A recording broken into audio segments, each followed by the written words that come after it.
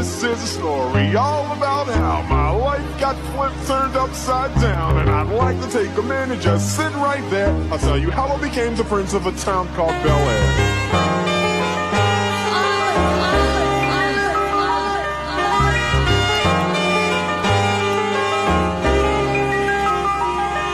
In West Philadelphia, born and raised on the playground is where I spent most of my days. Chilling out, maxing, relaxing, all cool and all shooting some ball outside of the pool with a couple of guys who were up to no good. Started making trouble in my neighborhood. I got in one little fight and my mom got scared and said, "You're moving with your auntie and uncle in Bel-Air." I whistled for a cab and when it came near, the license plate said freshen it and dice in the mirror. If anything, I could say that this cab was rare, but I thought, man, forget it. Yo, home to Bel-Air. Up to the house about 7 or 8, and I yelled to the cabbie, "Yo, home, smell you later." Once in my kingdom, I was finally there.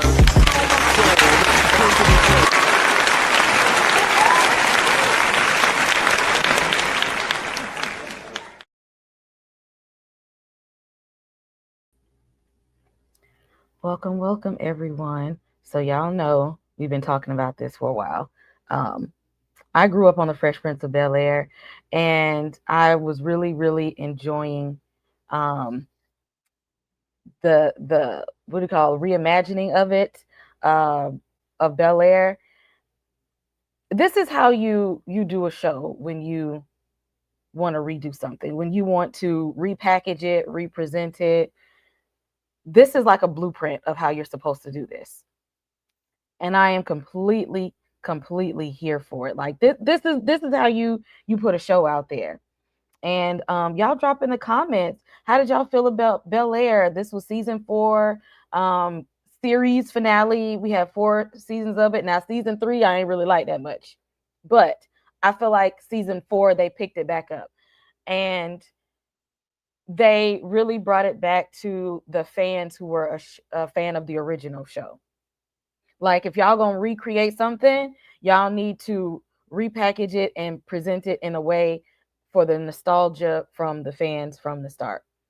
So come on in, hit like, hit subscribe on everybody's channel. Y'all know I'm not here by myself, so I'm going to start bringing the other ones up from the background.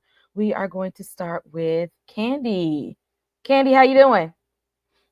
Hey, Kay. Hey, everybody. Kay, I love that intro, girl. Yeah, I was feeling it.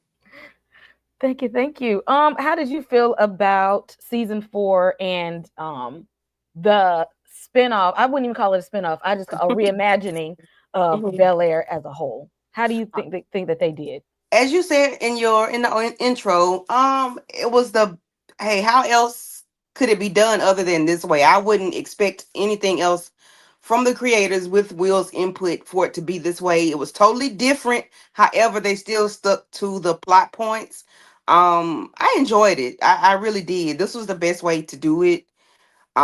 Give us what we want, and they did, and I Hmm. appreciate it. I wish we could have got it a little longer, but I enjoyed it. I really did. So did I. But you know, these days they don't be want to give people but like 4 to 8 episodes of stuff. That 10 would be pushing it these days.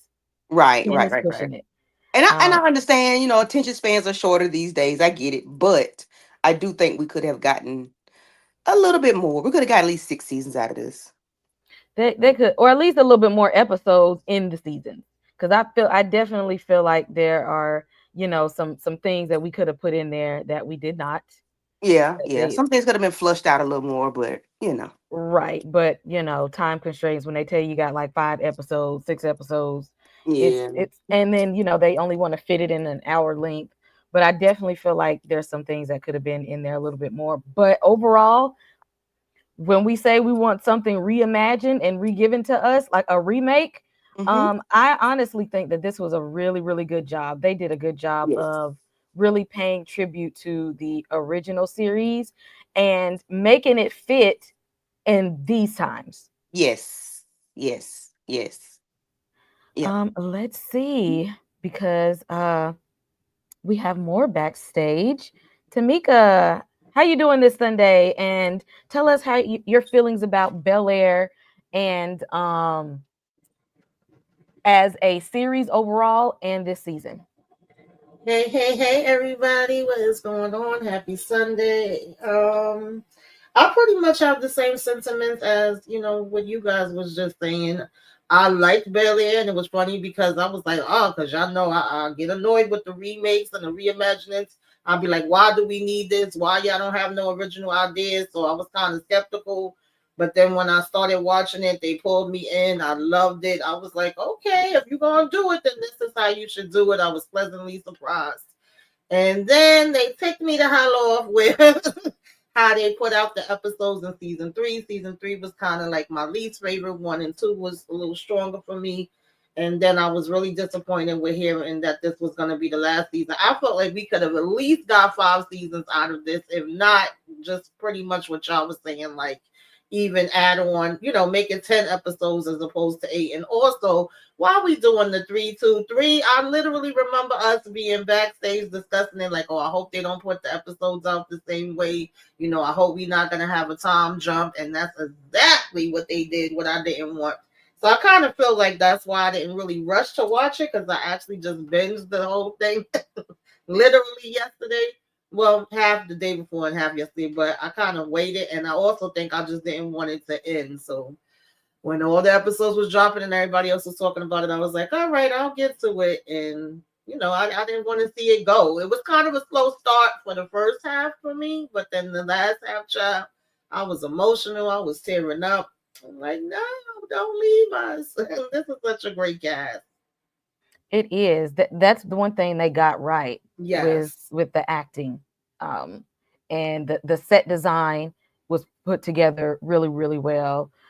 They had a good team behind them. The wardrobe design, it also made us feel like we knew who the characters were even by just how they dressed, because they mirrored Yes. the 90s Yes. version of the characters but in today's times. And I really love how they put that, like they really immersed us into Bel-Air, but Mm-hmm. in this generation they did really good about that. And I'm glad they did a good vetting system with their cast, because I don't feel like anybody's acting was falling. I feel like everybody came with it with their skills. Nobody had to like fill in or pick anybody up. We know Jabari definitely, shined on his own, but he definitely had a good cast behind him. I think they did really well.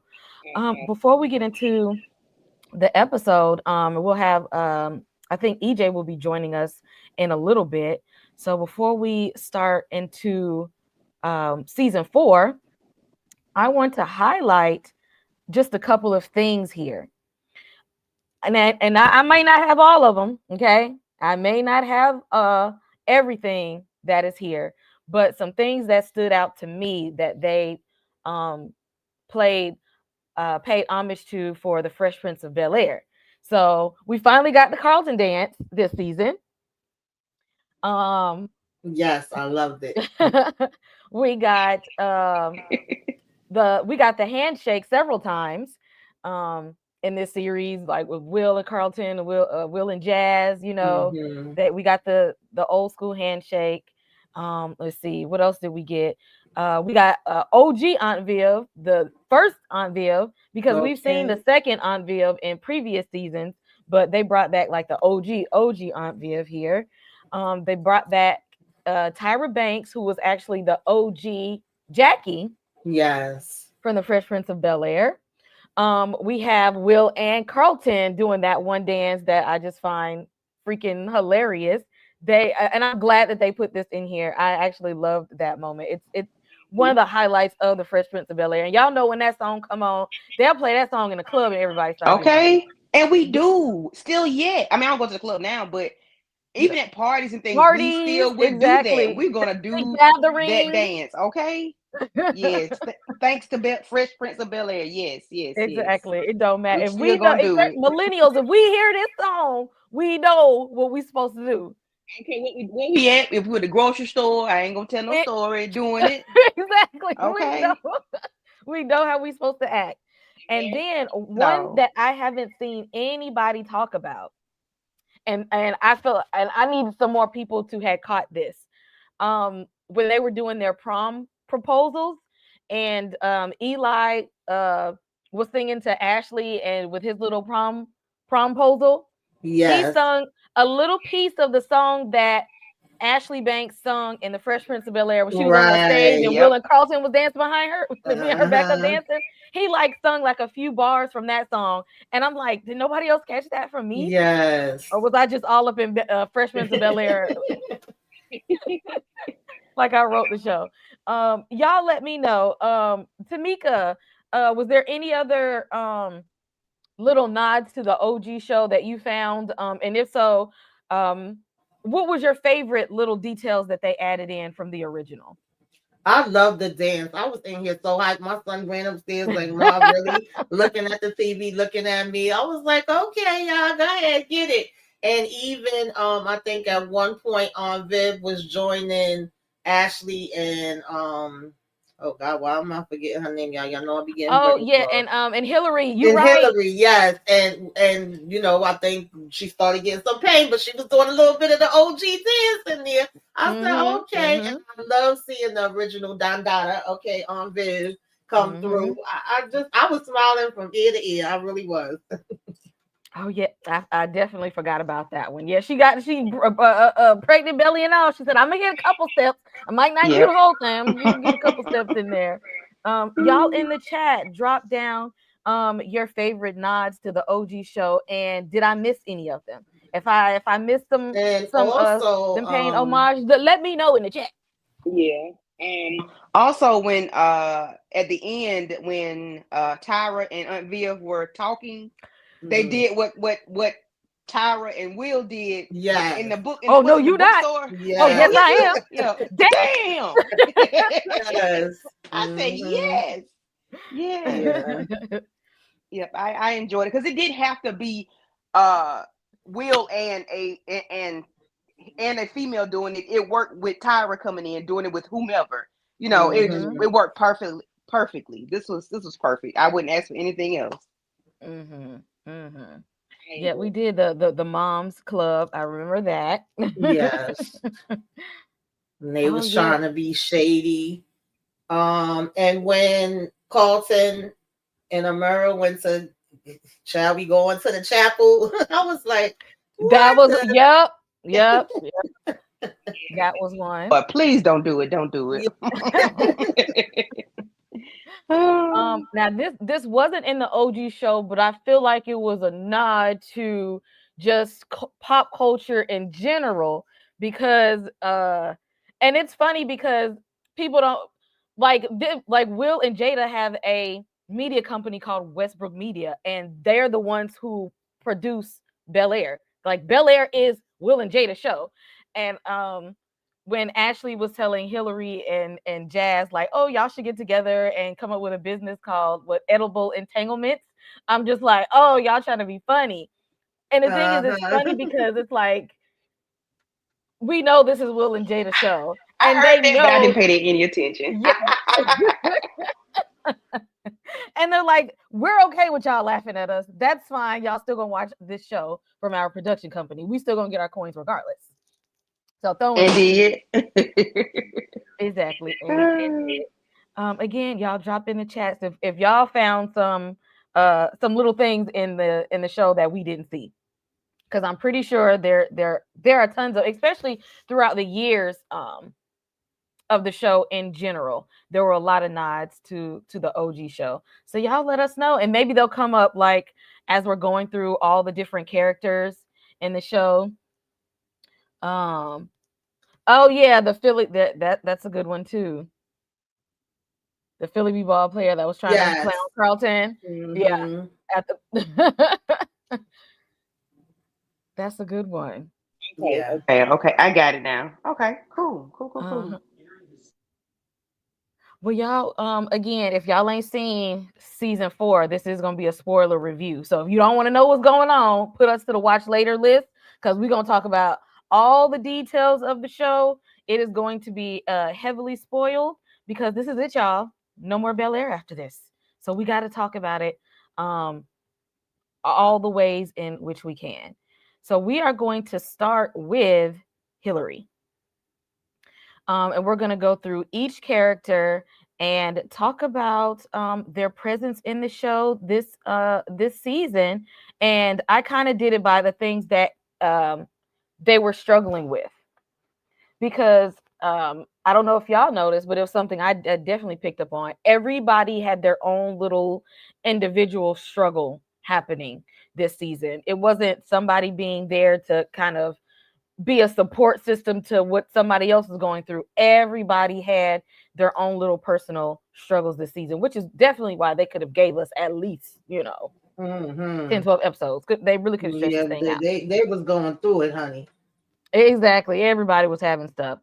And so we'll start with Hillary, who was going through grief this season. At the end of season 3, and see, y'all know from watching the OG show, y'all knew, and y'all thought just because they changed his name that LaMarcus wasn't gonna meet his end, just because they didn't name him Trevor. But they went and got married. At least they made it to the altar this time. That was more than what the old Hillary got through. Made it to the altar, honeymoon. LaMarcus got heart problems because last season he had passed out one time. Made it to the honeymoon. Season 3, LaMarcus is gone. And now Hillary is feeling guilty about it. Like, they just got married, they're newlyweds. And I feel like she has some guilt, not just because she lost her husband so quickly. She is dealing with the guilt of not being on top of his health condition, because she knew that he had health issues previously, and she is blaming herself for not kind of being more aware of his health problems, and also because of the feelings that she had for Jazz, and she's letting all of her guilt snowball into this grief, to the point where she's just like, I gotta get away. Hillary's like, I gotta go. And then she comes back home, and little sister is like, I know you going through some things, Hillary, but I need you too. Like, I need my big sister. I have things going on. Mom is pregnant, and the boys are graduating, but like there's nobody really tuned into what's going on with me, and you are my person and you're not here. And then she starts noticing that her mom is having some issues within the pregnancy, and that kind of makes her a bit anxious, because she's just like, I know, nobody else is going to lose their life because of health complications on my watch. So she gets hyper vigilant about her mom and her health issues. I would have liked to see the season wrap up with her and Jazz being together, but they left room in the end to show that there is room for them to find their way back to each other. I'm just glad that she stopped taking out her anger on him, because at the end of the day, like, why you don't have to be as mad at Jazz. He didn't ruin anything for you. She was just grieving, and he even understood that, because Jazz is such a good person. He's like, I know what you was going through. I'm not even gonna sweat none of that, but I'm here whenever you come back around. Candy, how did you feel about Hillary, her grief, her guilt, and trying to find her place within the trying to be that person within the family, even while she's dealing with her own emotional baggage? I appreciated them bringing it in, because it's true. It's a true thing. It's real life. What we deal with day to day. You can be young, old, and have someone pass away due to heart conditions, and it doesn't matter what type of lifestyle you live. You can be like him. He was a football player. He should have been, in tip top shape with his health and heart or whatever. But sometimes there's some things that you just cannot help. And I can't remember exactly what he had going on, but it's real life that, we do have these issues. And we've had a lot of football players pass away for heart conditions, either on the field. We saw that in real life maybe 2 or 3 years ago up in New York. Young guy passed. Not, he didn't pass away, but he almost did. Even high school kids have heart issues. So I appreciate them pointing that out. With Hillary wanting to become health conscious overall by, I think she went to Costa Rica. I appreciated them putting that in, because, and we talk about this with another show where they don't pay attention to Black women. And I appreciated her being an advocate for her mom, because her mom really wasn't advocating for herself like that. But Hillary was like, no, if you see something, say something. If something is not right, talk to them. Nobody knows your body like you. So I appreciated them adding that part in because that's real. But I enjoyed Hillary, even though she wasn't in the season a whole lot. I do enjoy and appreciate the things that she did bring to us. Same, me too. Real quick, how you feel about her and Jazz? Um, I didn't care for Lamarcus. I'm gonna be honest. I didn't care for him as a character. I didn't care that I didn't care. I didn't give like Tamika. I didn't give a damn. I wish she could have explored Jazz for real. But I appreciated the ending. So we still know that, like you said, there's a window of opportunity that they still would get together. At least still be friends, if nothing else. Yes, don't want to speak to the ill of the dead, R.I.P. Lamarcus, but I wasn't here for Lamarcus either. I wasn't here for it. I'm sorry. No. I'm Team Jazz. Maybe I'm just biased, but I'm Team Jazz. That we don't often see a good portrayal of really good black men on TV sometimes. Jazz he was there for the Banks family. Like he was a good mentor and friend to Will, and he was a good partner to Hillary. Like she was just all over the place with her emotions, and he was like really grounded. He was really understanding. He was really compassionate. um always present. He was always present and always reliable. Yeah, and I appreciate them for doing him that way because, of course, the other Will. Shoot, what's his name? Jazz wasn't. He wasn't that. Right. He was really like aloof. Like he was. I don't know what he was. I don't know. He was just careless. I say he didn't really have anything going on, but I do appreciate that with this Jazz. Yes, we got so much more depth from this Jazz. So much more. Tamika, give us your thoughts on Hillary, her grieving for Lamarcus, her and Ashley, and then her hypervigilance with her mom and her health. Yeah, I felt bad for her. Like I can understand it because my other half, he died for complications with his heart, and it's something that happens a lot. And he looked like a healthy person, like piggybacking off of what Candy was just saying. They can be athletic, it can be young. There's really no biases where that's concerned, and we do see it, with athletes and football players and things of that nature. And it came out of nowhere. She thinking they gonna have their whole rest of their life with them. Now I know we didn't have time.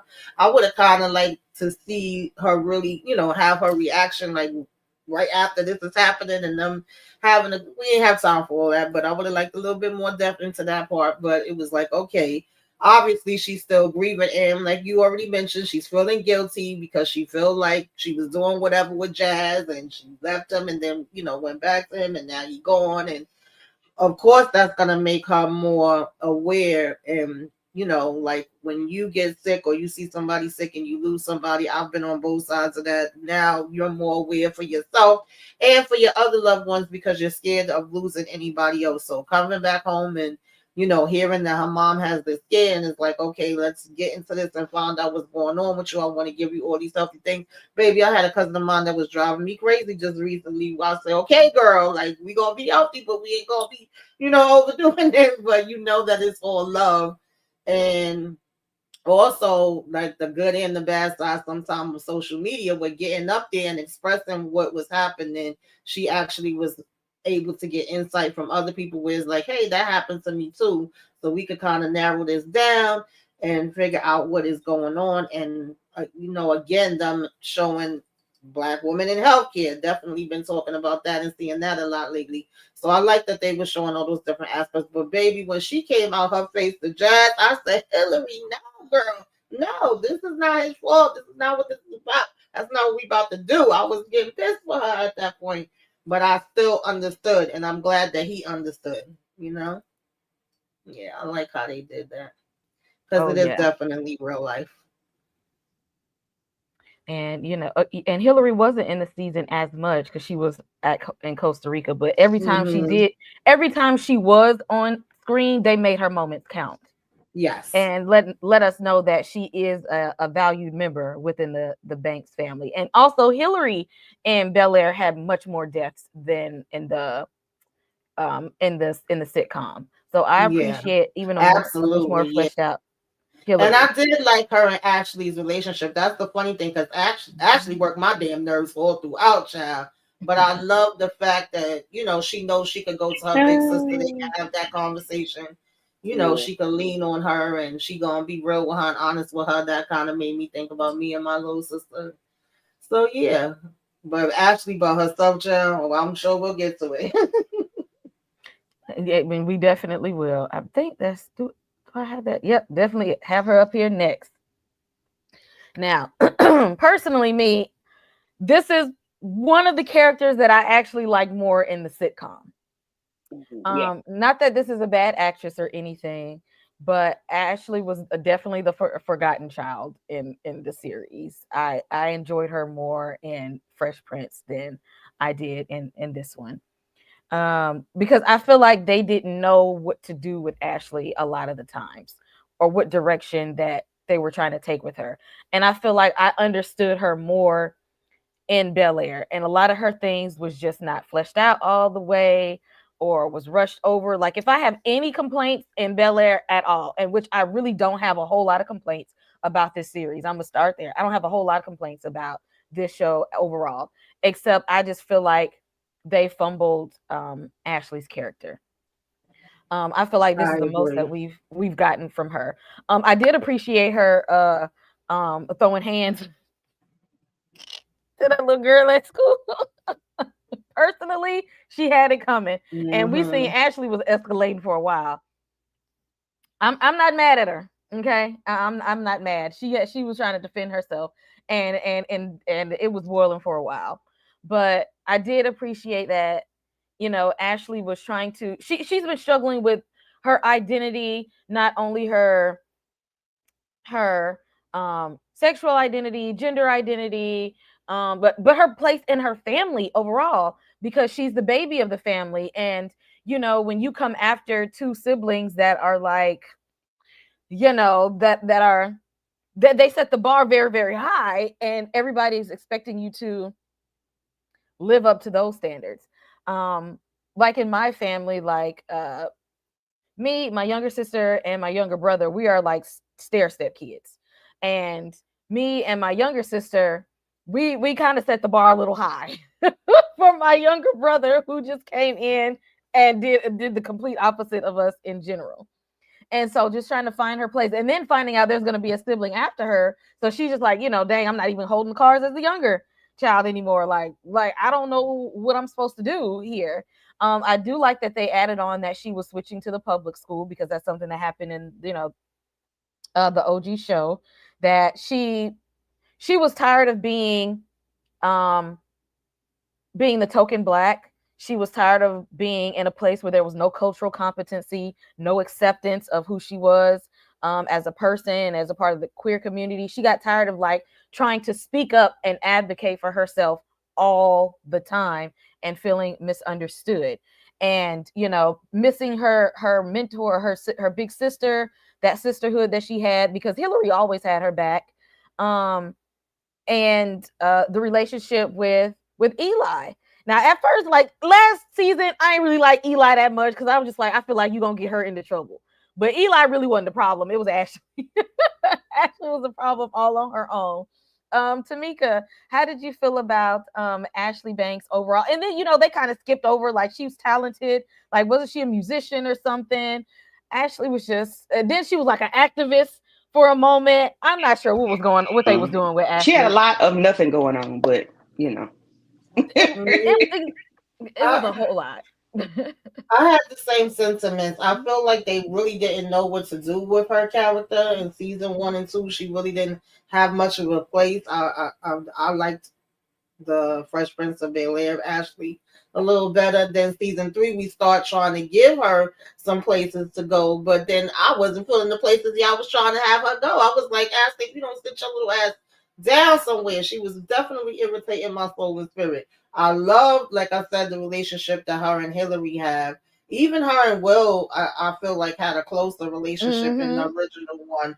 Even they Yes. sprinkled it in here a little bit, but child, when she took that pregnancy test to the school, I said, if this damn girl, like, why, Sway, why would you be out here in the middle of the hall? And I was waiting for Will and Carlton to walk up and be like, wait, I know damn well you ain't get her pregnant, because they Right. already over here, like, don't you kiss her, don't you touch her. Exactly.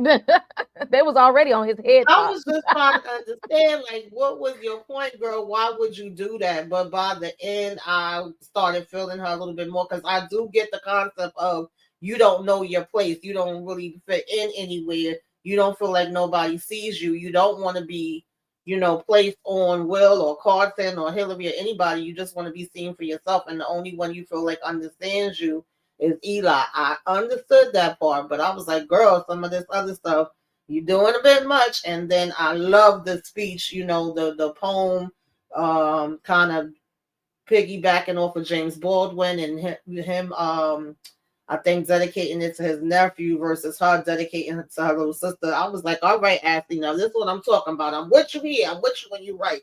But some of that other stuff, girl, I was like, if you don't go sit your ass down somewhere, yeah. Yeah, you there, Kay? Yeah. Oh, Sitting okay, on okay. mute. Yeah. Candy. Yeah. Thoughts on Ashley Banks here and what you feel like they may have done wrong or right with her in the reimagining. The same thing you all have said. They didn't. Of course, she's not going to be like the original Ashley, but I did like the original Ashley better. I wish they had have given her a little bit more to do and not so much focus on Carlton and Will, because she is there, and give her something to do, give her something else other than what they did. Because I mean, even though it's true in this time frame, in this day and age, the identity things, and not sure if you like girls, boys, or them, they, whoever, which is it's relevant to now. And I appreciate them for putting that in there, but I still wish we had have gotten a little bit more of Ashley, because at one point she was, I think she was, well, she was trying to sing, of course. She did the singing thing. She was, dibbling, dabbling with instruments or whatever. I wish they had done something like that with her. But other than that, nothing else. She really wasn't there pretty much. But in this season, that little girl got on my central nervous system. I'm like, little girl, why? What is it? Did she took that pregnancy test? I said, is she finna fake like she pregnant and want the, and finna mess with this boy? But hell, that ain't even kids. So why are you bringing it to school? For you want to tell people? I didn't know where she was going with that, but she just had an issue because her mom was pregnant and wanted to tell somebody.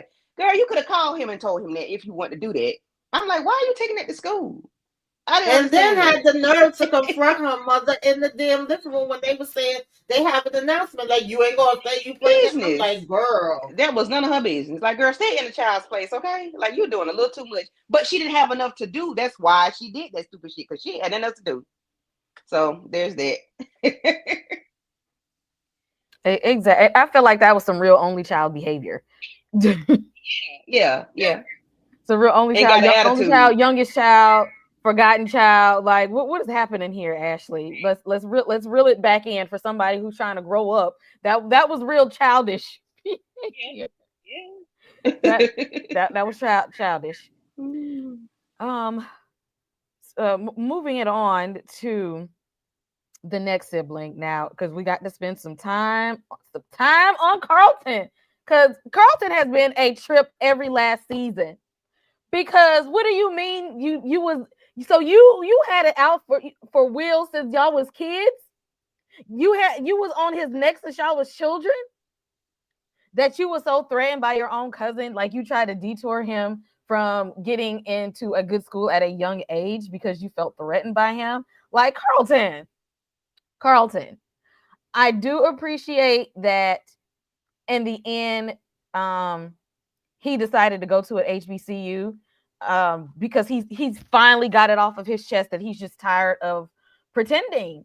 Tired of pretending to be perfect. Tired of pretending that he's okay with, with being with again, like Ashley was tired of being the token black. Like I'm tired of trying to assimilate into the dominant culture when I want to explore what it's like to just be me and relax for once. Like I'm tired of trying to hold up to this one specific standard all the time, because Carlton is very much a perfectionist, and that was the reason why he had the addiction in the beginning, is him always constantly trying to be at the top, always trying to prove himself, always trying to prove his worth and his place. And he was like that from a child.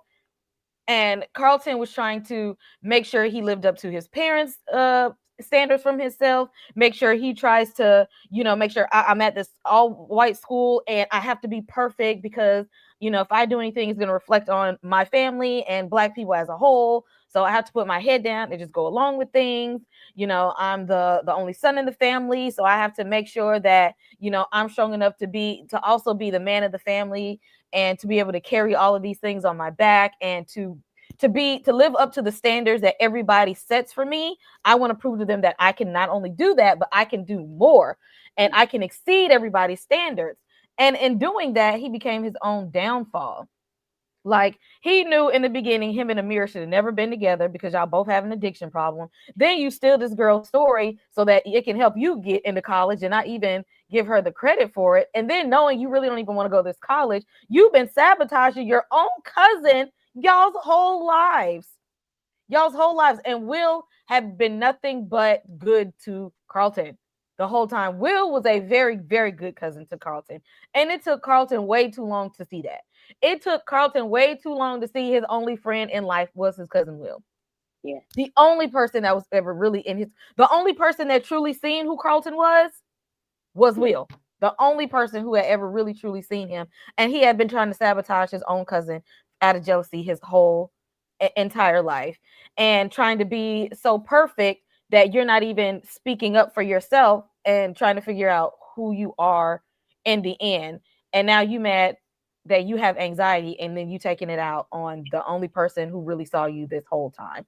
Candy, how did you feel about Carlton? But I'm glad he might actually get his life going to the HBCU. Okay, come on down to the house. Now, Carlton was my favorite character out of this whole entire series, because he had so much going on from the beginning all the way up until the end. When we could see his character arc. I appreciated them how they wrote him, because he was same as the OG Carlton, but he was totally different, because it's a reimagining and it's in today's time frame. I do appreciate the way he maneuvered through the series.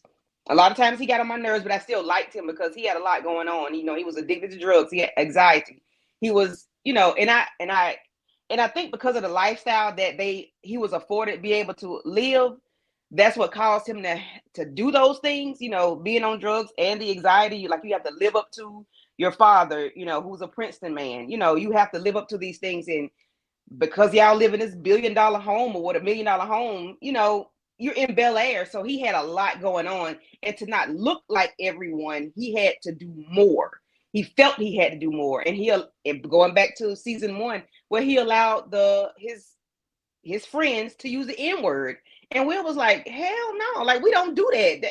No, we're not doing that. So I do appreciate him coming around to everything, and knowing that, Carlton, Will was my best friend. Will was the one that was there for me the entire time, and making his own path.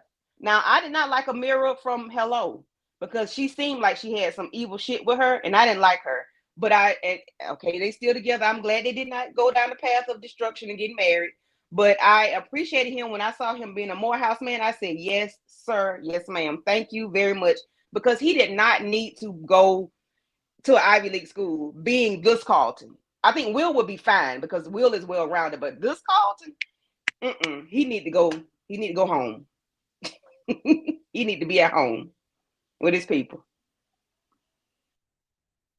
Because he's lived in a false sense of reality for so long, because it's different when you hiding behind a whole bunch of people with power and money, and everybody's being pretentious, and he's done that too long.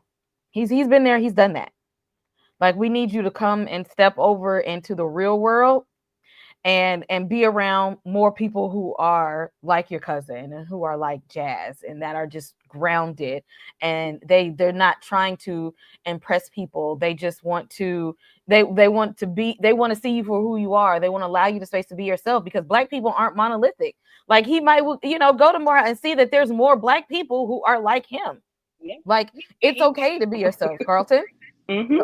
So come on and get some of this culture here, Carlton. I'm glad. Baby. Called. I see. That's what I'm saying. They should have gave us at least 2 more seasons, because I would love to have seen Carlton down there as a Morehouse man. I ain't lying. Listen, I would love to see Carlton stepping. Okay, because I know listen. he would have been a capper. I would have loved to see that. I know. And I would have loved, exactly. I would have loved to see him come on with his letters on, and they're not the same as Uncle Phil. Like him coming home and Uncle Phil thinking that he's an alpha man, and either he's got on some letters that are just like, whoop, what? That ain't my friend. That ain't me. I would have loved to see that wrap around. Yeah, they could have gave at least a 30-minute wrap up of 6 months from now, a year from now, and let us know how everything was going. A nice little check in. Yeah.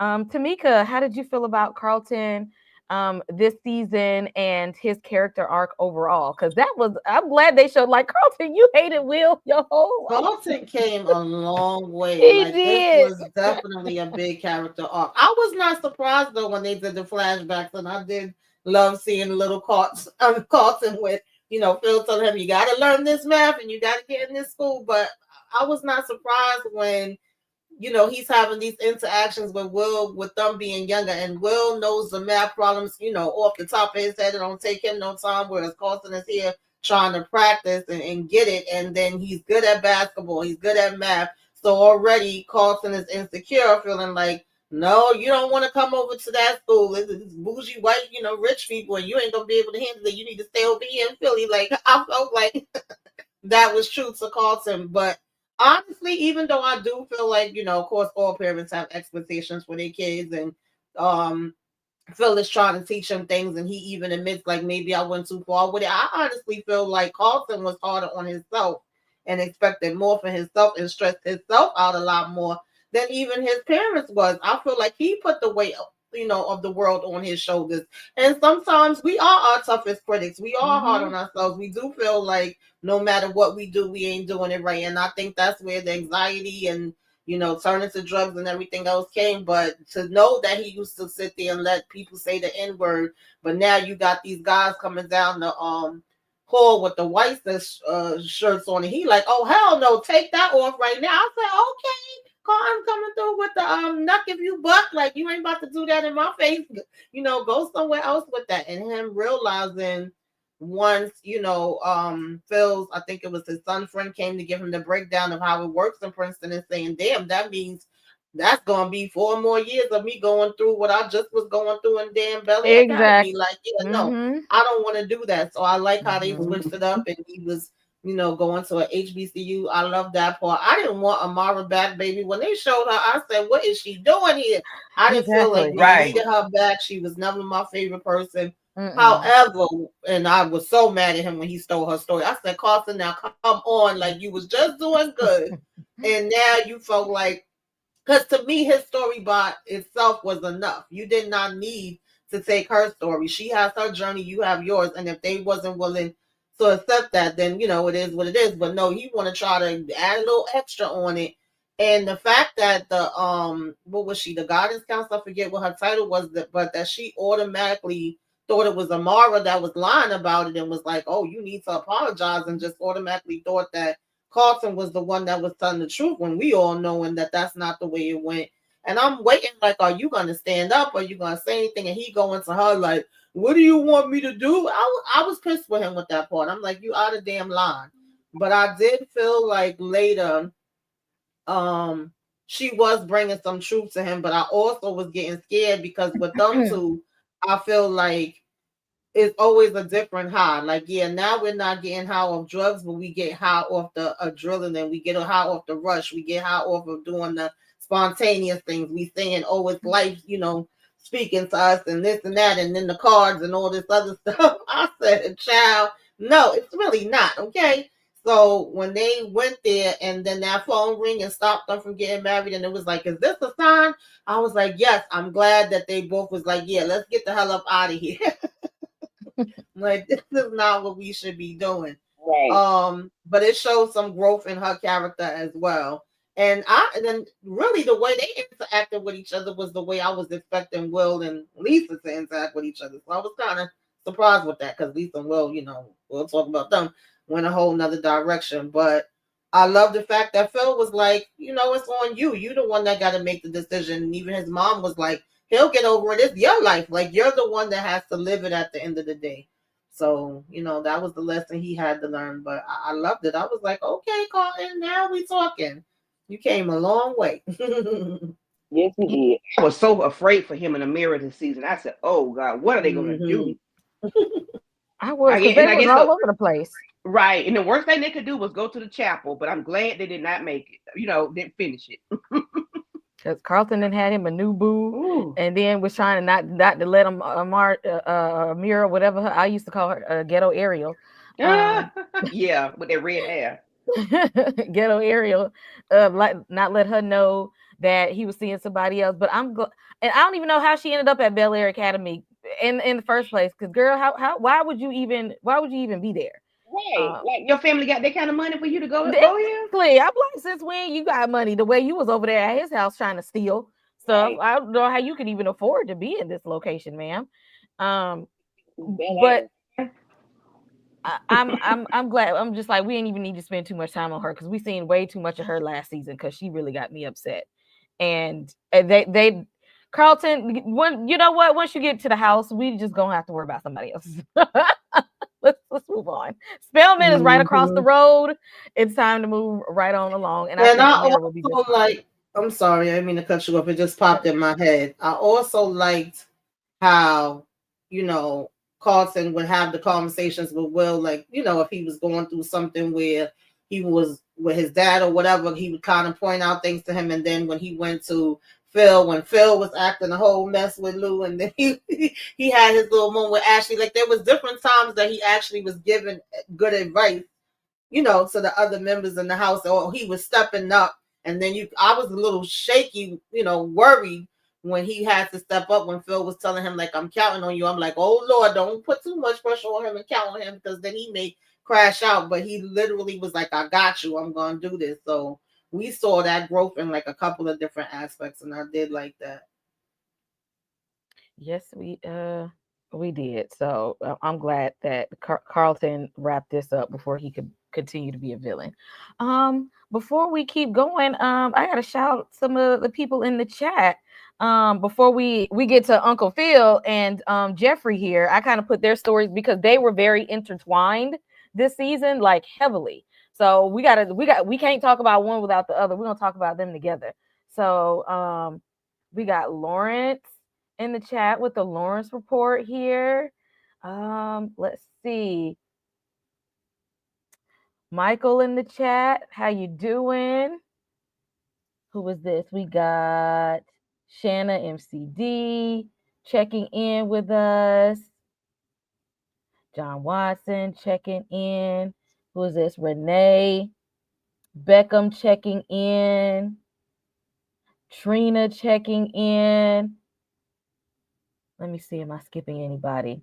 Oh, She Always LB is here. And if you guys have not said hello in the chat, drop in the chat, wave at us, say hey, say what's up, let us know that you're here. CT, SG, y'all are in the building. Y'all are showing up for Bel-Air today. Mm-hmm. They in the building for Bel-Air. Yeah. So y'all are here. So yeah, if I miss anybody, let us know that you're here. Y'all come on in, say hey, speak up, tell us what's happening. We love to let y'all know that we appreciate y'all being here. We didn't do episode by episode because Peacock would not let us be great. And they wanted to drop a 2, 3, 3, 2. Let's do a good wrap up. So we said we're gonna come on in and wrap up the season series as a whole. So thank y'all for hopping in here, and hopefully you all binged it or watched it like I did, because yeah, spoiler review. And glad y'all are here again. Let us know in the comments that you're here, and make sure you hit like and subscribe on all the channels. Now, this was interesting. Jeff, how you doing? Um, I said I know that ain't what's the name from Power? Right. Okay, Noma. Norma from Power, which Uh-huh. also little Easter egg, that's actually Uncle Phil's wife in real life. Mm-hmm. I said so. She just gonna Mhm. be a recreational pharmacist and a criminal and everything she do. Right. So So she just was giving me Noma part two in this. exactly. I said we just gonna live a criminal lifestyle. But it was good to Play a boss, villain like that. see. I don't want her to be typecast 'cause I haven't seen her anything else, but she definitely did it this time. Exactly. I was like, I was glad to see her again, because uh Power book Ghosts that's over, so it's good to see her again, and nice to see them in the same series together. So good job putting your wife on, Uncle Phil. Um, but so Jeffrey been causing all types of hell. So you brought your street life from back in London all the way over to America, interfering in the Banks family, which pissed Vivian all the way off. And so they're like, hey, if y'all want these people to get off y'all ass, we need to wash some money for them, which is very illegal and very unbecoming of somebody to ask somebody who is very prominent in the community, and a very successful black man, to engage in criminal activity. But because they didn't want to do it, and they were just like, but for my family, I'll do what I have to do. So they got to team up with her for a little while, so she stayed up off their ass, because she's just like, I'm here to take your family down, and I want you to know how much access I have to you. Like, I can reach out and touch you anytime I want to. You see how I grabbed your nephew? Like, Okay. like it's up. Like either you're gonna do what I asked you to do, or we can really take it to the streets. So they do this. Um, and which I was upset that they had to put Jazz in it, because I'm like, how y'all throw Jazz? Y'all could have found anybody else's business besides Jazz, and got the feds walking up into Jazz's office for why. And which, speaking of Jazz, Lord, why was you messing with this old cougar lady? I forgot. I didn't think about Okay. it until just now. Just now. Yes. Oh, From Girlfriends. exactly. And married, you ain't even tell the boy you was married. Jazz ain't even that type of man to Right. be messing with somebody else's woman. He And got that Will hemmed missed the up. exactly. And thanks to Will being in everybody business as he normally is, was like, Okay. oh, I gotta say something. But Will, like, now Phil, y'all putting Jazz in way too much he don't belong in. And come to find out, this lady in this series, I don't know what her name is, Norma, is Jeffrey's sister. Mm-hmm. And this was all a ploy to get him to come back to the family business, because she see he want to, do well for his life. He done found him a new family in the Banks, and it's just like, she's like, this ain't your family. You need to come back to me. We your family. Come back over here with us. I mean, I know we live a life of crime, but whatever. At least we're family. You know what I mean? Like, them people don't love you like I do. Like, just come be a part of this. Just all types of manipulation. And G thought about it for a second, because Aunt Viv ain't want him around, because she felt like he was a risk. Like, oh no, we got another child coming, and you'd already put the other ones at risk. Mm-hmm. We don't need this in our life right now.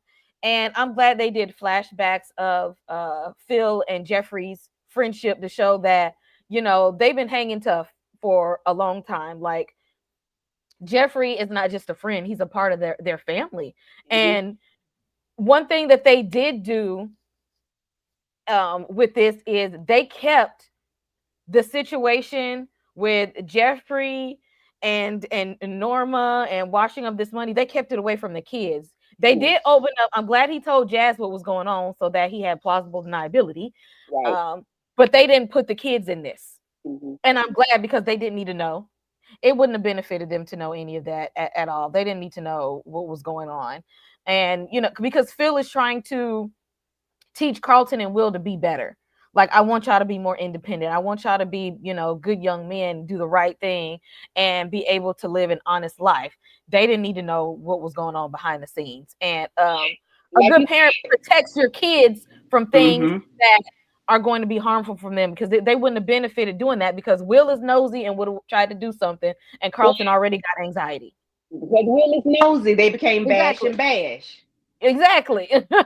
Will is And they nosy. did not find out who they were bashing. I'm glad they didn't find out who that person was, because then that probably would have put Jeffrey and Phil in a bad spot had Will and Carlton found out who Norma was, and whose car Hmm. they beat up. So I'm glad they just left it at that part, because like you said, they didn't need to be included into the that part, the illegal crime family, crime mob. So I'm glad they did leave that part out. Hmm. I'm just like that. We didn't need to have a because they have a lot of family meetings. We didn't need to have a family meeting about that. Yeah, yeah. I'm glad they didn't. They skipped over. And that's okay. I feel like it's okay that parents shield their children from things that are dangerous, and that they don't need that, let them be in a child's place. They don't need to know everything. That's on a need to know basis. They didn't need to And know that. they didn't need to know. And in the end, like at Lee Jeffrey was like, I love y'all, but sometimes you got to know when to go. Yeah. Sometimes you got to know when to go. And in the OG show, Jeffrey at the end, he left to go back to London to be with his son, his raggedy ass son Frederick. But he got back with Frederick mama and said, you know what, London too much, we're gonna go back, we're going to Jamaica. I'm gonna go back. We're gonna go to Jamaica, so that we know that he's not gonna be alone, and that he is going to try and start his life over, and start his family over, outside of the banks and outside of this life of crime. Candy, how did you feel about Uncle Phil and Jeffrey this season? And even though, and how close they were in Friends, but sometimes we gotta love each other from over there. Um, I liked their friendship, their brotherhood. I liked it. They were able to keep it real with one another to some extent. Um, Even though Phil was this billionaire person, he was reeled into the life of crime that he should not have been a part of. But you can still be reeled in, no matter what level you are. You can be low or high, you still can get reeled into life of crime. So I appreciated him going to uh Lisa's father to get assistance with this, because he didn't need to get wrapped up and caught up and locked up for this, because that was nothing he had. He was just trying to help out his friend and keep his family clean and clear out of it. But so I did like that he was still able to get in and get out, unscathed. Um, I appreciated them fighting it out, even though they were boxing or sparring or whatever, they were fighting. They was fighting. They had to fight it out, and I appreciate them doing that. Like adults, what?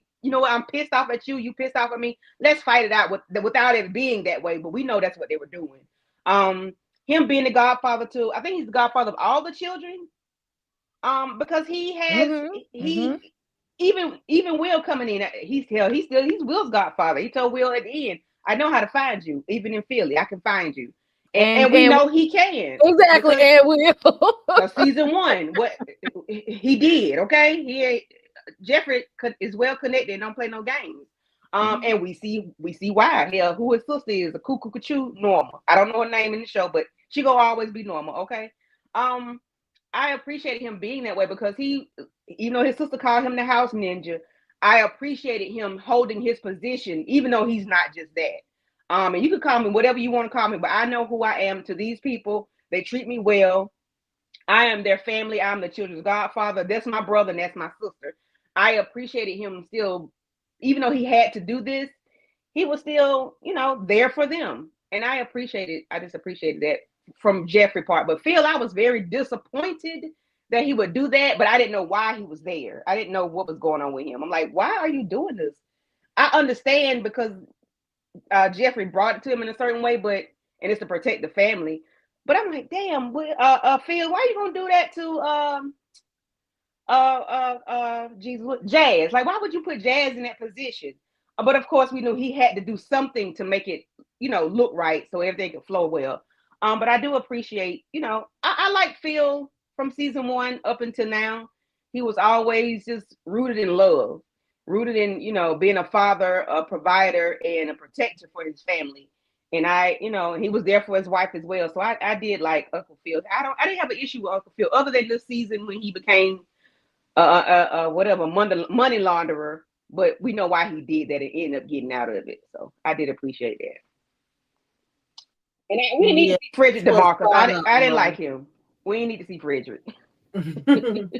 this was frustrating to see, like for me, because I felt like, oh gosh, like we knew it wasn't as if they didn't know, Jeffrey's backstory and what happened to him. I love seeing their backstory. Speaking of backstories, I loved the flashbacks to how they first met, him coming over to dinner and meeting Vivian and Hillary, and pretty much like, even knowing what tea to give Vivian and what she needs because he was there for the other pregnancies and he's always held y'all down and he's always been there, for the family and protecting your kids as well as wanting to protect his own, son and ex-wife, whatever the hell she was supposed to be. So they both want to protect their families, and I understood that part fully. They both were kind of moving from those aspects, but I did feel at certain points like one Jeffrey presence was definitely missing. Like we were used to seeing him around the house and interacting with Phil and interacting with the kids, and we wasn't really seeing that as much because now he has this going on, so he's trying to stay away and do what he could do to hopefully end this. And then you got Phil, who's like, first and foremost, what we not gonna do is bring me all the way down to the ground. So I couldn't be mad at him for that and wanting to protect the family. And I couldn't be mad at Viv for being frustrated with it either. But I just felt like y'all knew what was going on with Jeffrey. It wasn't as if that part was a secret. And you also know the history that he had with y'all. So it's just certain things I felt like, are we really second guessing that when we know how much he loves the kids and how much he would want to protect them as well? But I get like just the frustrations of the situation and everything else had everybody, going into different directions. And Noma 2.0 was getting on my damn nerves. I don't give a damn what her name was. She gonna be Noma to me. I was sick of I'm like, lady, like, being very vindictive and just wanting to, show this power like, oh, you thought you was hiring extra security. Well, since you did that, then I'm going to go ahead and have them arrested and I'm going to do this and that, even though Phil is already coming and saying, okay, I'm going to do this for you, but I'm going to do it my way that, is convenient for me. And of course, we had heard him tell Viv he had a plan, but we didn't know what the plan was. And so, to see that play out, I was like, okay, yeah, that was smart, I didn't like Jazz being brought into it, but I definitely understood where he was going with it, and I appreciated him going and having a conversation with Jazz, and Jazz and him being on the same page, and Jazz understanding why he did it. But I was like, no, we ain't about to, have Jazz get thrown into this. And I'm like, come on now, Phil, because I know he went to him once before for help with this, and then he's all happy, like, oh, okay, you're gonna help me get my business off the ground, only for it to end up being shut down and him getting into some mess. And I was over Pam, because why are you here, ma'am, going over here trying to get it in with Jeffrey? That was so funny when Will was like, oh, she's smashing, and Carlton was so clueless. He was so like, what are you talking Carlton about? was clueless. Like Carlton was not reading the room. Baby, Carlton was he don't have So hilarious. he ain't got it. He ain't got the discernment, baby. I can see when the foolishness is going on, says Will, okay? Yeah. He was not oblivious. reading the room at all. But and what's her name? Pamela? Pam? Uh-huh. Did she know about Phil being doing it, or did she just say, well, I know how you can get help, and No, all of remember a sudden she had got a red flag about it, like it came across, which we later found out that he did that on purpose, but she had got flagged about it, and the same time that she finally admitted what was going on with her and Jazz to Aunt Viv, she said, oh, and I'm sorry for what's going on with y'all too. And Viv was like, what are you talking about? Nah, that's got to be a mistake. And she like, oh, okay, girl, yeah, you right, but in other words, she was giving her the heads up. And of course, that's when they end up coming and knocking at Jazz's door because they picked up like it's something going down. And she did know? Because I think you broke up a little bit. So she did know? Yeah. Okay, so that's why she slid that little, to Jazz. Okay. EJ, welcome in. Hey there. We are just finishing up with Uncle Phil and Jeffrey. I put them together because their stories were very, very intertwined. Give us a few words about their wrap up. This money washing, money laundering scheme that they had going on. Norma 2.0 over here trying to bring Jeffrey back to their family business. Um, and Jeffrey, deciding that it was time to go, and him leaving to go start a life with Frederick's mama, um, in Jamaica. Let us know how you feel about these two. Okay. Yeah, first of all, what's up everybody? What's up? What's up? What's up? Listen, this was cool. I mean, I'm literally just finishing up like I started late, y'all, my bad. But I'm just finishing up and I don't know, I didn't see the twist coming at first. Like Uncle Phil had set this up from the jump, but I should have known that he was going to protect himself at all costs. So I love that part. I was a little shaky about Jeffrey for a minute. Like I didn't know what G was going to do. I was like, I thought he was about to turn the tables for a second, but I'm glad that it all worked itself out. And I'm glad that Uncle Phil was on top of it. And yeah, Noma 2.0, that was something else. I was just like, girl, stop. You didn't win then. You're not going to win now. But I love their friendship. I loved how they gave us a throwback of how they met, and how he literally became part of the family and why they are so close. And I thought that they did such a good job at really bringing that particular part to life because, I mean, from the moment we got this new reimagination, I didn't know how the heck, Uncle Phil and Jeffrey, like what their real connection was. So I loved how they crossed that over throughout the season. All on mute. I did too. I'm really glad that we got to see their backstory a little bit and how they first became friends, so that we understand how wrapped up in the Banks family like he really was. Like he was part of their family. The mark is in the chat. Yeah, a good wrap up scene with Jeffrey, Penelope, and Frederick. Although don't nobody want to see Frederick with his grown looking ass, looking like he about the same age as Jeffrey. No, with his scamming ass. He's probably still scamming people right damn now. I don't think he's ready to change his life yet. I don't think she's ready. She should have targeted her nephew instead of her brother. Because your nephew is cool with being foolish. Okay, go ahead. Perfectly fine with his shenanigans. Y'all, we got some trivia that we about to crank in here next. So I want y'all to turn y'all's thinking caps on. We gonna roll back this intro because we got getting close to 30 people in the chat. Y'all cop in here, say hello, do all the things. EJ just joined us, so make sure you hit like, subscribe on all of the channels. Everybody has a membership. Y'all join it. We're going to start doing these movie nights again. Y'all want to be there, hit that join button on memberships.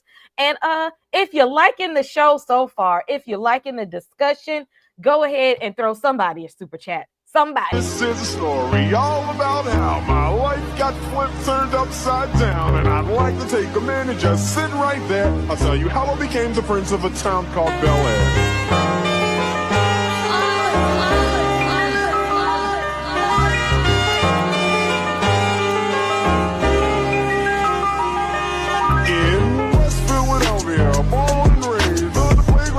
I spent most of my days chilling out, maxing, relaxing, all cool and all shooting some ball outside of the pool with a couple of guys who were up to no good.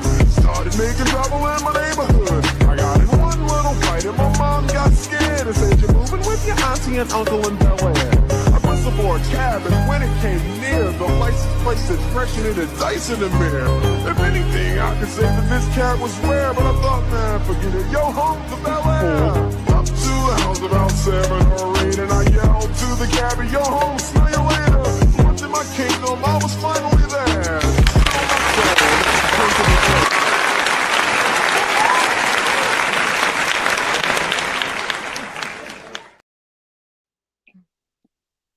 Shout out to DeMarcus.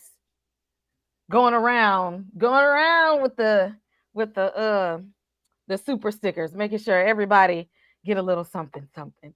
Let me blow this up just a little bit, cause the way I need to see this, I Right, might I not need to know. move a little closer. There we go. All right, y'all. Now this trivia is Fresh Prince of Bel-Air trivia. So because the way my memory is set up, I can't remember all the details of Bel-Air from season 1 to 4. But let me tell you, I know the Fresh Prince of Bel-Air like the back of my hand. I am an 80s baby and a 90s kid. So I know 90s TV sitcoms. That's how I grew up. Y'all in the comments, hop on in here. And anybody feel free to answer. We're gonna start with the first one. Whose life story was the Fresh Prince of Bel-Air based on? Who know? Well, Anybody else?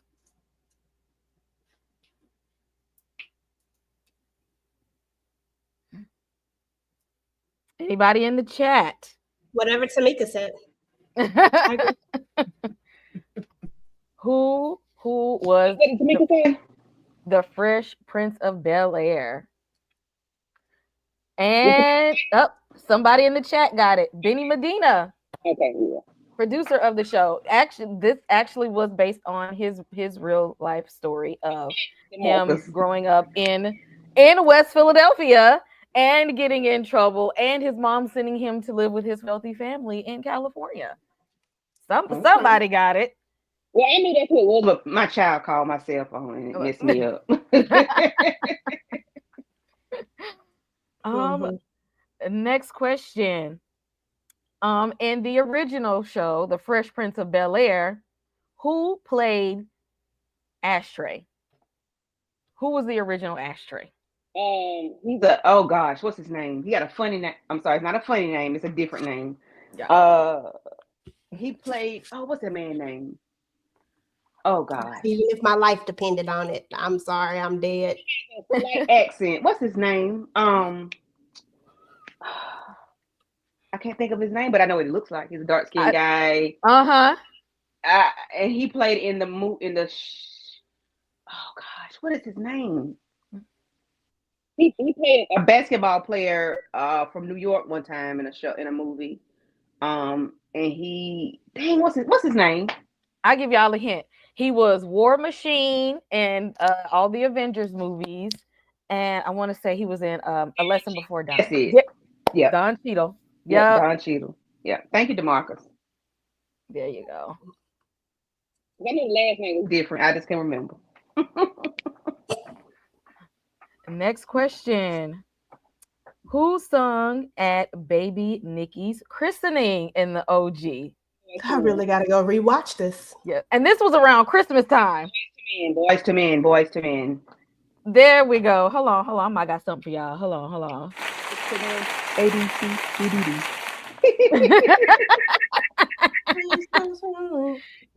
It was Boys to Men, and they sung "Let It Snow." Let it snow. Will was all up in the studio acting like he knew them, pressing buttons and stuff. Right. And Love like, that I episode. remember you. Because he had messed with somebody's girl.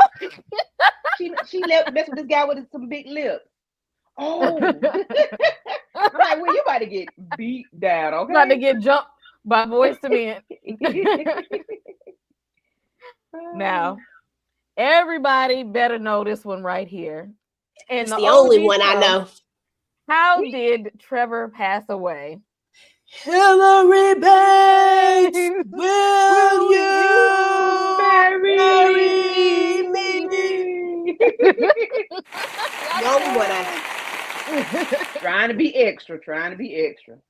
Right on national television, and poor Hillary didn't even understand what was happening in that moment. Everybody else was in shock. And it was like, I can't believe this just happened. And Hillary is just like, yes, Trevor. I'm like, why would they do that? That was horrible. Why would they do that? Now that would not play out today. That would be an N-O.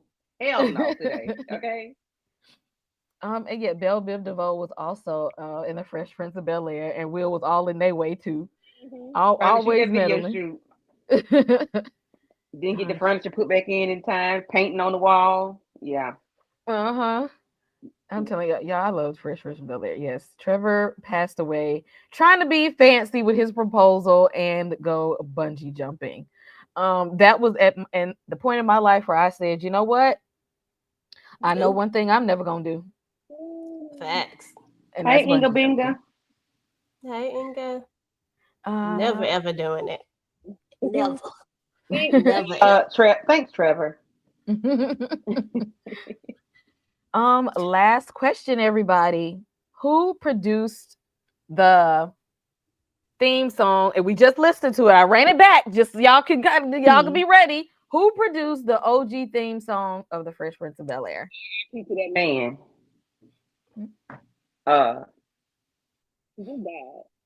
Quincy. I'm gonna let you get. I'm gonna give it to Quinn. It's somebody else that we're gonna give credit to as well. Quincy Jones died. Yeah, he died around time. He died about. It's been a year now. He died around election time, I think. There we go. That's the other name that I was looking for. I was just like, okay. I was gonna say one of them, period, because I thought it was either one of them, but I didn't know. Yeah. Yes. Quincy Jones and DJ Jazzy Jeff, because at any point in time, even as part of his life of being a DJ, he gonna play this song. He gonna play this in the club. He gonna play this on the stage. He gonna throw out the theme song of the Fresh Prince of Bel-Air, and everybody is gonna sing it. Everybody gonna go in for this song.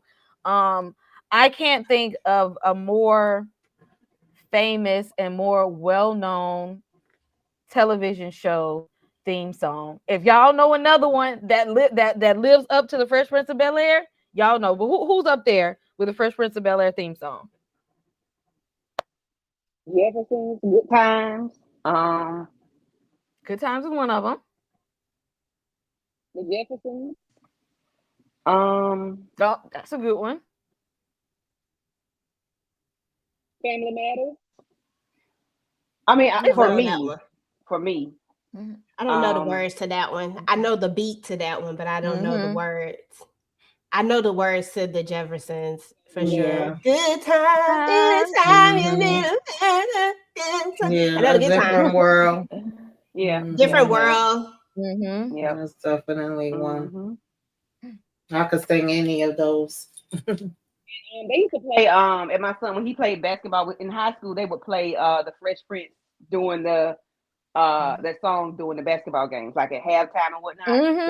They would play it at the basketball game, and everybody, the older people my age, and everybody, whoever knew it, was in the gym singing that song. Okay, like exactly. That song. Your sister kind of got a point too, because that's the one that I do know that one. Thank you for being a friend. Travel. Yes. Your heart is true. You're a friend and a confidant. And if you a party, so ain't nobody gonna throw out invited everyone you knew. Different strokes in the Brady Bunch. Y'all ain't gonna throw them two out there. And the world don't know the Brady Bunch. The beat of this old drum. Exactly. May not be right to come. A man is born. He's a man of something. I don't know all the words, but I got the different strokes it takes. Different strokes today. Different strokes through the world. This is where you start making up words, and I know I used to make up. But then when we got later, there were a few other theme songs like "Moat to the." Eat to the, but I never know do the words though. I just yeah.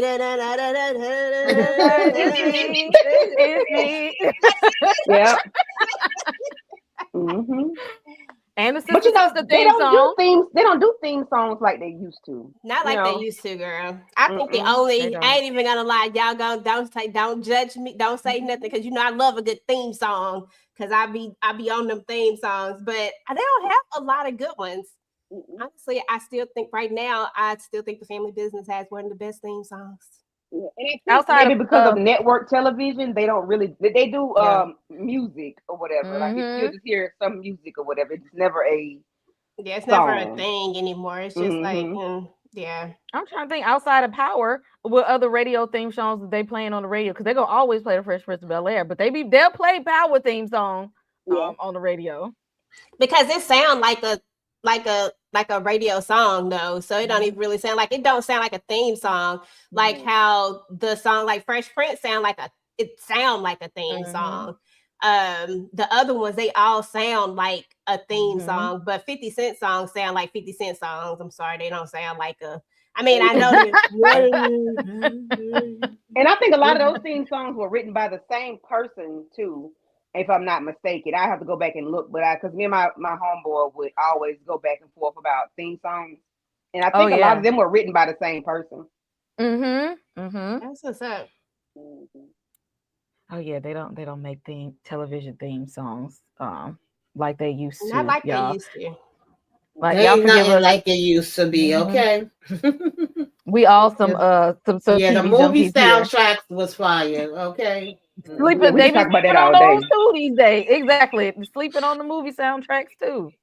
And Uh-huh. so Waiting to Exhale is 30 years old today. And I promise y'all, I still think that they had the best soundtrack like ever. And it's like one of the best soundtracks Mhm. that was ever Mm-hmm. made, in my opinion. I literally know like damn near every song on the damn Waiting to Exhale soundtrack was so great. It was beautiful. No. Yeah. Boomerang and New Babyface Jack ain't City. play. Mm-hmm. Absolutely. Yeah, I think Robin Yeah. Thicke's dad did write a lot of theme Mhm. songs back then. Thank you, Yes, he Oh, brother. okay, I did. didn't know that. Mm-hmm. That's what's up. Yeah, he did. Oh, Living Single had a great theme song too, but I think it all goes back to an Mm-hmm. era. Yep. Mhm. Mm-hmm. Hmm. I think it's Boy, dealing yeah. with Look, I think you it's dealing had to with be there. budget, but I think it's dealing with budget. Um, a lot of things, like I think it's dealing with like the money, the network, and the attention span. Because like we can sing the whole theme song. They don't have that anymore because the attention span is short now. Because Nobody. they put the skip button in there, Candy. You know what it Well, is. Mhm, that They they put too. the did, skip and button in there. supposed to skip the theme song. You play that all the way through. And Listen, now, it's Welcome to Daria's theme song is rocking right now. Just girl, okay, that thing is long. because we I ain't heard a said, good theme Jesus. song in a long time. We clinging on to Welcome. That shows how much we want a theme song these days. Power Force. Exactly. I like Power Force's theme song. I'll listen I to that. know Yeah. Power. we I'll so listen to thirsty that. for a theme song. Okay.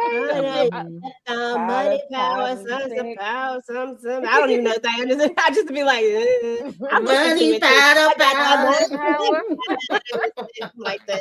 Yeah. Like we And again, I millennials, think that y'all got to goes give us back a to the theme network. song. Okay, and a soundtrack, please and thank Exactly. you. You got to set the tone for us, okay? Ease Pleasure. us in I don't there. know Like why they just gonna hit skip, girl. Like that's all that. the people do now. Just skip. How you skip the theme songs? No, I need a How? theme song. Even with the television show Sisters, I need to hear that little 5-second theme song they got. I need to hear it.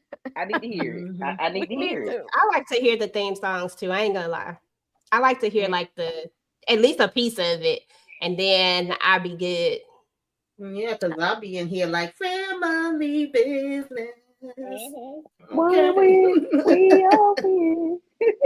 Like they be the best part. Mm-hmm. That was part of the experience of watching television shows back in the day. Is for you to Have a know the theme, theme 5 theme song of the songs. show. It eases you in there. It settles you down into the show that you're about to watch. Okay, people not putting in enough time and effort into that. Take us into it. But yeah, like you said, they Hell, let you Friends skip the had a theme song. damn theme song that I low key kind of remember.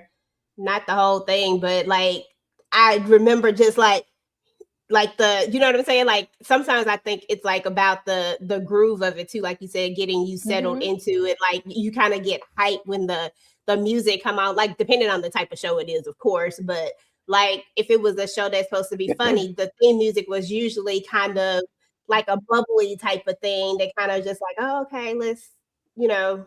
Remember when 50 tried to get cute and change Joe to Trey Songz and he got bullied and he changed it right back? Yeah, I remember that. We That should let you boycotted. know. We was upset. Oh, if you don't put Joe back on there, please, and that not that Exactly. goat, not Trey song. Put please and Yeah, thank you. some of us take these theme songs very, very seriously. Oh, and we ain't gonna Yeah. act like all that and Keenan and Kel ain't have no good theme songs, okay? You let that play. Let it play. Now, oh, That's so Raven. You let that play. I'm okay, trying to think of their theme that's songs. It's so not coming in. Raven. Proud Family theme song. Black people gonna do it. Proud, proud family. Now I remember that one. Okay, Destiny's Child. Okay, DC. We gonna let the theme song ride. So y'all excuse us, okay? We have to take a moment for us, uh, TV fans over here because the Fresh Prince of Bel-Air was in this. This was in our era of good television shows, and they don't be making TV shows like this. You had to have a good television sitcom to also spawn off a good reimagining, and they turn it into a drama, and it's still good. That part. You had to have Because the made base a good matters. one. The base matters. And Yeah. I think they did a great job at the reimagination. I know some people wasn't feeling it, but I think they did a good job in casting. I mean, look at the end when he Yes. made himself older. That was like genius. Like, come on. That was dope. And they damn near looked alike too. I was like, damn, they really do almost look alike in this. I say they did good. There was good casting with this all the way around. Like good casting. Yes, absolutely. Oh yeah, we ain't gonna forget. I love his We We're are brother. happy and we're brothers. singing and we're We're happy and you Happy know and it, we're and we're singing and we're colored. give colored. me a high five. The facts of life. The facts of life. Yeah. Yeah. Yes, love it, love Mhm. it. Theme Yeah, songs were great. so yeah, I need the. This is a blueprint of reimagining, y'all. It's a blueprint. It really How, is. I honestly feel, and I don't have no inside, nothing. Like I said, I wish the show would have went on longer, but I feel like most writers know they beginning and they end, and then sometimes we got to put something in or take something out as far as the middle and all of that. And I feel like I don't blame the actors, the writers, the producers, or any of them. I feel like they worked with what they could and they put in with what they could once they found out that this is going to be the last season. And I think they did to the best of their ability, and it was unfair to them. It's unfair to us, okay? But I think they worked with it, as best they could to tell the story, because some things definitely ticked me off. Like I said, the first half I was a little, the last half, baby, I was in here starting to get a little bit tears in my eyes Yeah, I with was different crying. parts. Yes, but I absolutely love this cast. I love it. I really do, and I feel like they could do a spinoff if they wanted to. Like y'all was mentioning earlier, we could have seen Will Oh and, yeah. and Carson in college or whatever. But And people Peacock would didn't want to watch it. do it, so it is what it is. Peacock and King Rock. People would watch it if even if they did a spinoff, like this would be a great, like, spinoffs would be great for this. I think. oh yeah, because there's definitely a lot more stories to be told. Because they could have gave us the Yes. epilogue. They could have said, Yes. we got one more week. We're gonna give y'all an hour and a half epilogue. We're gonna put, since y'all like the time hop so much, we're gonna go fast forward and just give us a good wrap up of everything. Y'all could have did that, but they did the series wrong, especially how they released it. I'm gonna take up my gripes with Peacock later because they could have gave us a little bit more. We ain't gonna spend a whole lot of time on Lisa, but I really do feel like they wanted us to get something out of her story this season because we kept seeing her in different facets of her life. Like Amira called her out for being, a little Miss Goody Two Shoes and a perfectionist just as hard as of Carlton at times. And Amira, Amira, just because you don't give a damn about your life, don't come in here trying to make Lisa feel bad because she's done the right thing. And everybody don't want to end up in a detox facility like you did. Okay, don't be mad at her because she came from a good family. And that got into Lisa's head. She feeling like, oh, well, now I have to do something crazy because I have this really good image. Like that's a whole big problem. But peer pressure at that age is a whole other thing. And then even Lisa thinking about the relationship that she has with Will. Now I was with her on this because she's going to Lisa's also going to HBCU. I believe she's going to Howard, HU. Let's go. I'm team HBCU. Y'all didn't know. I'm always going to advocate for my HBCUs. Savannah State, stand up. Always be there for it. And Will is going back to Philly to go to a D1 school. He wants to be an athlete. And uh I'm not sure how many people still kicked it with their high school sweethearts, but let me tell you something. Once you go to college, like the show said, it's a different world, especially if you go to an HBCU. They didn't lie. Once you leave, the high school ain't like college. You get there, it's a whole different world. You gonna meet new friends, new men, new networks, new teachers, new jobs, live different places, have different experiences in life. You are no longer under the guise and overshadow of your parents in your hometown. You have the freedom to be who you are and pursue your passion and your purpose in a different area. Well, yeah, not Philly, Pennsylvania. Yeah, he's going to Penn State. But he'll be close enough to, home. But yeah, Will is leaving California, going back to Pennsylvania, and she's gonna be in DC. So it's only fair to not be trying to hold somebody becoming an adult to the standards that you had as a child, because you're going off to college to grow up, and in your relationships you formed as a child, things may not always pan out the way that you want to. Sometimes it do. It ain't always gonna be that way though. It's not gonna always work out in that manner. Candy, how did you feel about Lisa and Lisa under the guise of peer pressure, and also Lisa as it's okay to say it's time to, like you say, so you got no one to hold them, got no one to fold them.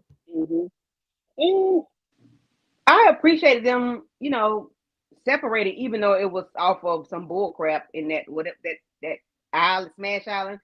I appreciated them saying, okay, I'm just an hour and a half of a train ride away. We still want to see each other. What else is there for them to do? I didn't expect them to keep dating, because their relationship was kind of rocky from the beginning. Anyway, the way it started out, with her dating Carlton, right? Like in Carlton. So, which is Will's brother, essentially, not just his first cousin. That's his brother. So I didn't, separate, go on your merry way and do what you got to do, because y'all have two different, y'all gonna grow up and be two totally different people to each other later on anyway. So, it really wasn't much, but I appreciate them letting go and growing up. Right. And I did like that she also made amends with Jackie, because, Jackie is not your real enemy here. That was Will bouncing back between y'all. Okay. And that she was a girl's girl in that moment. Yeah. And allowed her, and let her know, like, even though you and your mom are not close, mine's not here at all. Like, there will be nothing between us. And as long as she has breath in her body, y'all can still form somewhat of a relationship. And being the girlfriend that Jackie needed, because Jackie strikes me as somebody who don't have a lot of friends anyway. And being a friend that Jackie needed at that moment, that was a big moment for Lisa there. DeMarcus, $5 super chat. Thank you, DeMarcus. Will and Lisa basically had a red table moment at the Smash Challenge, and Lisa was Jada and Kareem was August Alcina. Don't do them like that. Don't do her like that. Body beat somebody. Yeah, no. Don't do her like that. Tamika, how did you feel about Lisa and her character arc in the season? I was a little disappointed. I expected more from Lisa. Like, just because Amara comes telling you, "Oh, girl, you the goody two shoes. You never do nothing." Woo, woo, woo. And I guess with Hillary also, talking about her and LaMarcus and how she had broke up with him when he went away, but then later, she circled back. She also ended up, of course, losing him as soon as they got back together. And then, saying if it's meant to be, then y'all will get back to each other. Listen, when y'all in damn high school, I mean, yes, it's funny because, like, two of my friends was with their high school sweethearts, had kids with them, married them, all of that. And then the rest of us, we never seen them damn people again. And then one guy that I knew from, like, around high school time, I ended up bumping back into him 20 years later. And it's like, we have to learn each other as we are now, because we ain't them high school kids. So I know both sides of it. I just feel like you're going to go away to school. You're going to meet different people. You're going to, do whatever the hell you're going to do. That's just life. Like, a lot of times, you're not going to be with that person forever. But I just with this whole whatever what was this night called? I've never heard of that damn night at all. Okay, y'all do things way different because ain't no way my mama was letting me go to no damn school night. Like that confused me so much because what was we gonna be doing up in these rooms, child? And the teachers and counselors was walking past. I don't know, but anyway, My parents ran a tight ship. I know I wasn't going. I know I wasn't gonna be there.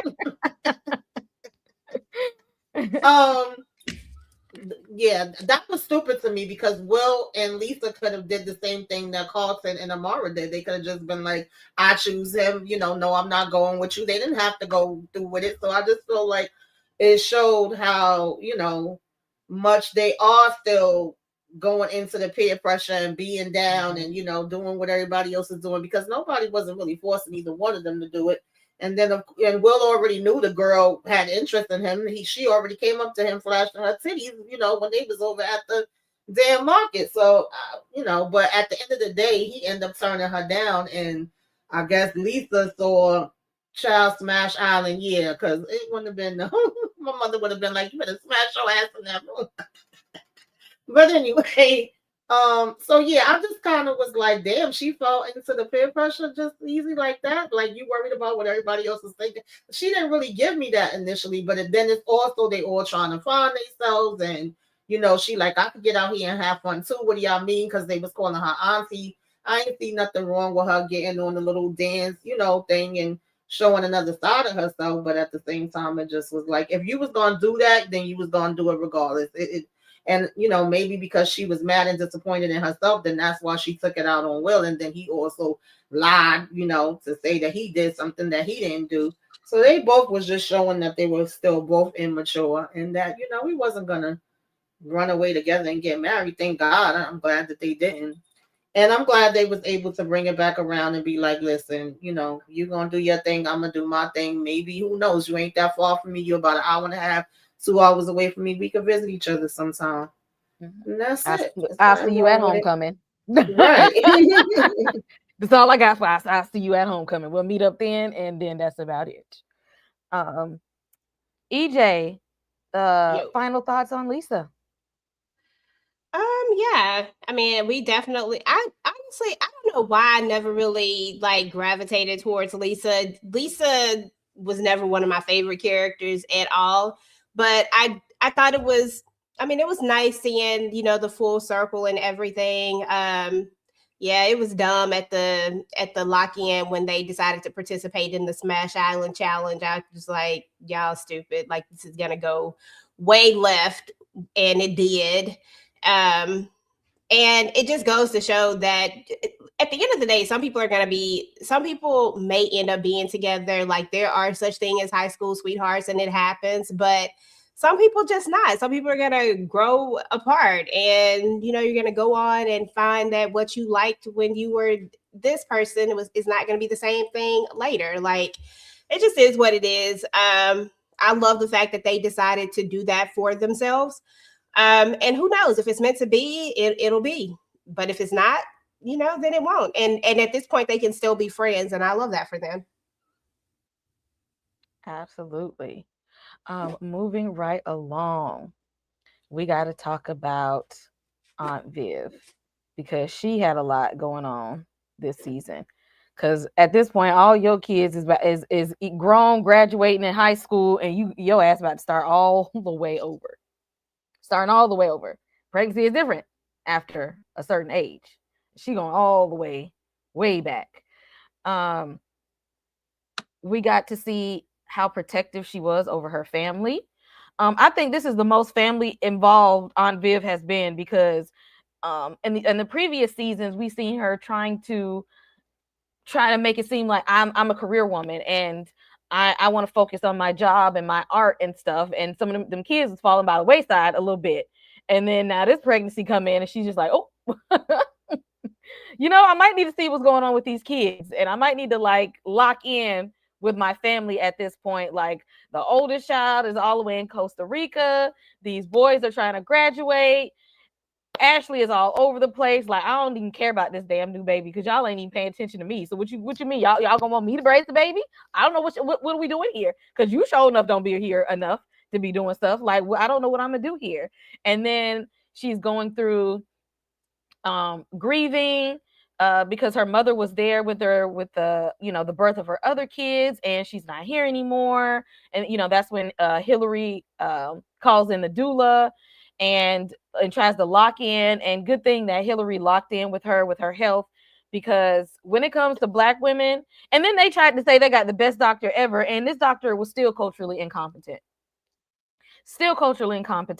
And I completely understand where they was going through that, because I seen somebody say doctors are to Black women as police are to Black men. They really will have you down and out, and it don't matter how much money you have, because we've seen that happen with like Serena Williams. The doctors almost failed her. The doctors almost failed Beyonce. I understand as well, like doctors pretty much failed me. My regular doctor wasn't there because Trinity was on her way before the due date, so she was day late dollar short, and I had to request a C-section because they were just gonna let me sit there in pain and labor for however long and not do anything. They failed on my epidural and didn't find out till later on. Oh yeah, we didn't put it in all the way. It was like leaking and stuff. Like, these problems are real, and I'm glad that Hillary came back in there and was just like, "Nah, mom. Like, if you have these symptoms, like, we're gonna see about them for real." And I also like that even though they switched the gender of the baby, instead of the little boy Nicholas, now we have, I think they said Nicolette, or would they say her mom? I think that was the name, but Yeah. they still, Nicolette. Yeah, yep, Nicolette, Nicolette. Mm-hmm. but they still named her baby Nikki, and we got this little beautiful little chocolate baby here. Mm-hmm. I'm just She's like, oh cute. look, a baby that looks Mm-hmm. like that could be their kid. I'm like, I had to throw this little chocolatey baby here, but Aunt Viv was on her Mama Bear stuff this season, and I'm really glad to see that, and not her trying to come in on the back end after the stuff already happened. Like, she was just like, I really need to lock in on my children. I can be a career woman. I can have my job. She don't, because Aunt Viv didn't have to prove nothing to nobody. We know you about your business. We know you're an artist. We know you're educated. And then Mm-hmm. sometimes it's time to see about what's really going on with your children too. EJ, tell us about Aunt Viv. I liked Aunt Viv. I've always liked this character. I thought she did an amazing job bringing Aunt Viv to life. I loved her this season. Listen, ain't no way in the world I would ever start over, but more props to those who do. There's no way though they can leave them kids where they at. Or no. Anyway, but I thought that this was interesting. I love the play on. I love the that we still got baby Nicholas, but baby Nicolette. Like, I love that they changed that particular part of it. I thought that was cute. And I just love the fact that Aunt Viv was able to be there for each one of her kids in different ways, the way that they needed her to be there for them. And that's the way it really is. Like, every kid is different, and you have to show up for them in different ways. And I love that for her. And the icing on the cake was getting OG Aunt Viv, not the other Aunt Viv. I think did she came in here at some point though too, didn't she? In one Mm-hmm. scene. But Mm-hmm. I loved having Yeah. OG Aunt Viv, was really nice as the doula or the midwife. I love that. Mm-hmm. Yeah, we talked about OG Aunt Viv coming in at the Mm-hmm. beginning for the paying homage, but yeah, they had both Aunt Vivs appear on the series Yeah. as well. Tamika, how do you feel about Aunt Viv this season and her taking? We seeing her being more of a mom role than we have the whole series. Um, I liked it. I definitely, it was different things with really, well, maybe not Ashley, but most of the characters that I was able to relate to, and I think that was what was making me get more sentimental too. But I definitely understood. It's funny because my mom, child, so many of my family members that has happened to, that there's a big separation. The other kids is grown, and then they having a new one, or it's the ones that didn't start so way later, in life, and they was like, why the hell did I wait? And my mother used to always say, oh, when your son gets 20, then you gonna have another one, and that never happened. Okay, he's the only damn child, because baby, I had a high risk pregnancy. I went through all kind of craziness when my pregnancy was very scary, and I think that's probably why I only ended up having one. I used to say, oh, I'm gonna have a football team. After I went through all that stuff, I was like, oh yeah, no. But I liked how they shined a light on the fact of geriatric pregnancy, 35 and older, which is kind of crazy. Like, if you ain't having it before then, it's like she was saying she ain't like the name. I never really been too crazy about that name either, but I get the point. And also the negligence with the doctors. That's a real thing. We've been seeing that more and more in real time. I think it's being talked about more and shown more now because people was acting like it's all in your head, and like, when Hillary was on the live and they was like, oh, Serena, like you just mentioned, Beyonce. So it has nothing to do with even if you have money, even if you have a certain status, like they still just are very ignorant to Black and brown women. A lot of the times the statistics show it. So I'm glad they shined the light on that part. Then her missing her mother and being like, damn, my mom was here for all the other births and she's not going to be here for this one. And the fact that she was like, is it okay that I'm saying that and I'm grown? And I'm literally yelling at the TV like, yes, girl, it don't matter how old you are. It's okay for you to miss your mama and want your mama here, especially when with all your other kids, she was there. And now that's something that was missing. So I like seeing that aspect. I like how, she was just trying to have different conversations with Will, with Carton, with Ashley, with Hillary, all in different ways. Hillary also making sure like I'm here and trying to give her the natural things and her advocating for her. The only thing I was like, now, why wasn't y'all teaching these boys this a little bit before now? We gonna wait till the ninth damn hour to be like, oh, we gotta teach them about life. And he be putting 3, time bonds in with the laundry. I was like, y'all should have been telling them that. But other than that, I liked it. I liked how she felt like safe with the original, OG Aunt Viv, and felt like, oh, it's something about your spirit that reminds me of my mother, and how kind of seeing her mom when she was giving birth, saying, I'm here. I teared up with that part. I loved it. And definitely, it was a good scene. Let me see real quick. Yeah, DeMarcus. Yeah, you late because we threw in our little Yeah, we tribute. definitely discussed that. Because we had with the OG Aunt Viv and Tyra Banks coming in the series, and Carlton dancing and Will dancing and the handshake. So yeah, we got our moments of nostalgia from the OG series, because I think they did a really good job of playing tribute to the Fresh Prince of Bel-Air and giving all their little nods to the cast member and the things that made the Fresh Prince of Bel-Air what it was. I'm glad that they took a moment to come to throw these little things in here for the people who are fans, us millennials who clung tightly to the reason why it was one of our favorite sitcoms. They threw those little nods in there to kind of let us know, like, we see you. And Yeah. and we know that we can wrap things in the show, and we gonna know y'all see these little Easter eggs. We gonna know y'all gonna see it, and we gonna love it. So yes, definitely. Yeah. If And if that's we left what that, frustrated me. I'm Mhm. sorry. I just want to add that's what frustrated me even more with Ashley and her freaking mess, because we seen on Viv not even know how she felt about the pregnancy. Like, this is coming out of nowhere. All these years I ain't get pregnant. I'm pregnant now. She didn't even know. She was even saying to her friend, like, this is something that I feel like I'm supposed to be happy about, but I don't necessarily know if I'm happy. Like, I don't even think she knew whether she wanted to keep it, what she was feeling. And Ashley over here like, oh, you ain't gonna say you pregnant? Like, bitch, sit your ass down and stay out of my damn business. I ain't even get a chance to talk to my husband. That irritated the hell out of me, child. Yeah. But anyway. Mm-hmm.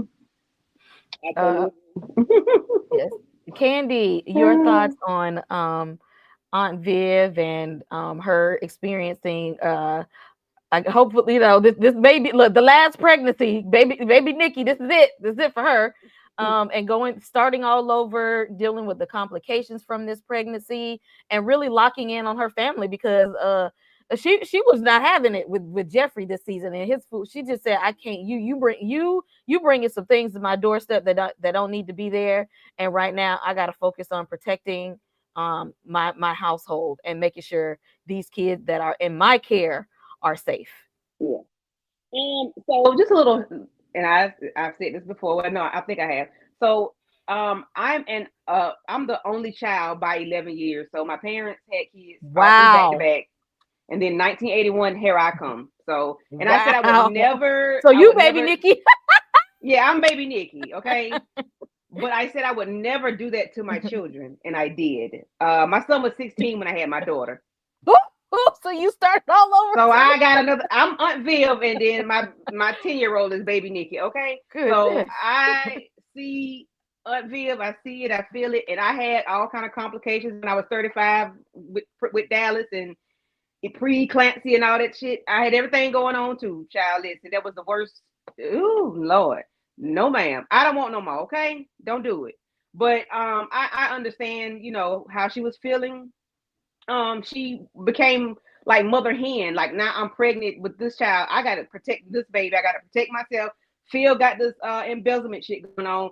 I'm typing in the computer talking to Jeffrey. What will I lose when my husband goes to jail for it?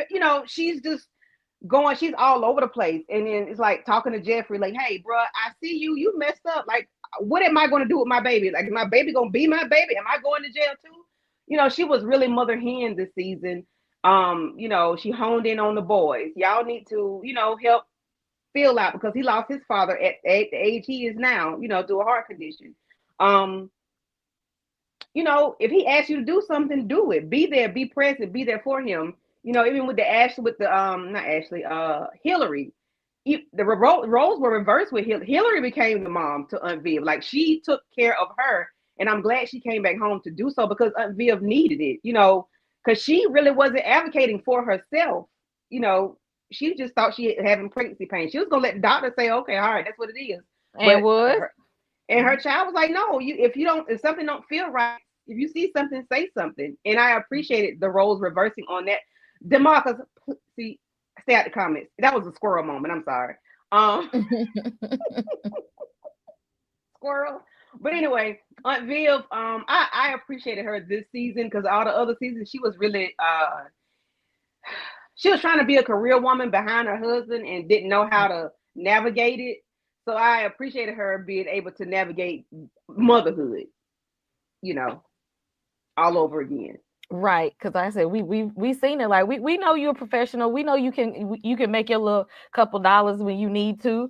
But when you got two boys graduating, a grieving oldest child, you pregnant with another one, and the youngest one out here fighting white kids at school, you got to lock in. Okay, because your house was in shambles and didn't even know it. Exactly. And then you got your husband out here involved in criminal activity. Like it was time to lock in. It was time to check in with the household right now. And I'm glad she did. Like, I need to just set this to the side. I'll hop back in the game in a minute. But right now, first and foremost, you got to get the house in order. And last but not least, y'all, save the best for last. We got to lock in on Will. Jabari, very good job. He Excellent. was an amazing Will Smith. Yeah. Like, Yeah. I'm here. I was, yeah, he definitely deserves a round of applause. Yes, Jabari Banks. Bells. Jabari Banks, and who was also from Philadelphia, and who in real life has an Uncle Phil. He did an amazing job fulfilling this role. I am very proud of the work that he did. He embodied who we saw in the 90s of Will Smith.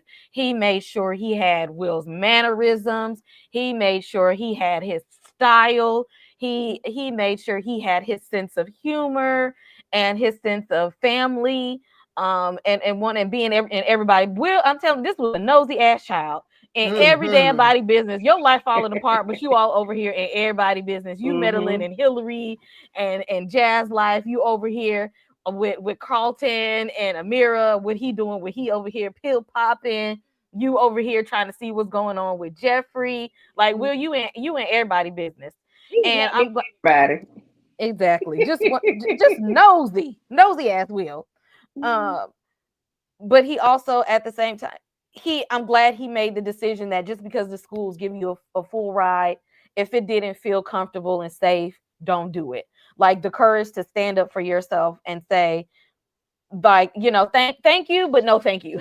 Like it is my future at the end of the day, and even though it seems like a good opportunity, that don't make it a good opportunity for me.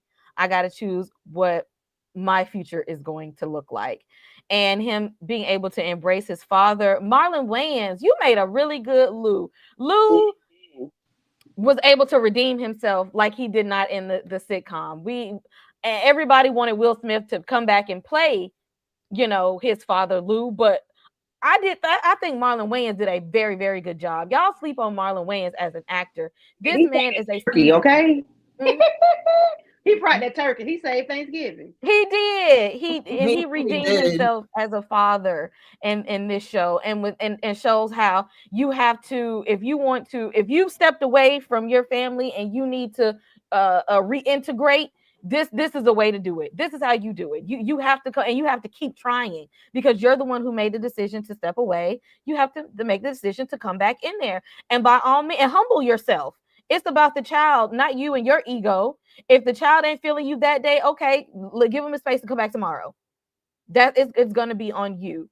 And I love the relationship between Will and Carlton, and Will and Jazz. They had such a good friendship together, and him always allowing Jazz to step in and say, Will, you need to do better. Him always saying, Will, I got your back, but you got to step up. And Will even being able to let Lisa go and saying, like, I care about you, but we have our own paths to walk, and I love you, but I'll see you at homecoming. Will had a very good character arc, because he was wild. When we met Will, he was fresh off the streets of Philly. He had a damn badass attitude. He ain't want to listen to no damn body. He had a quick temper, and I'm proud of the young man that he became throughout this show, and that he was so, even though he knew he was setting up himself for a future, he still didn't want to leave.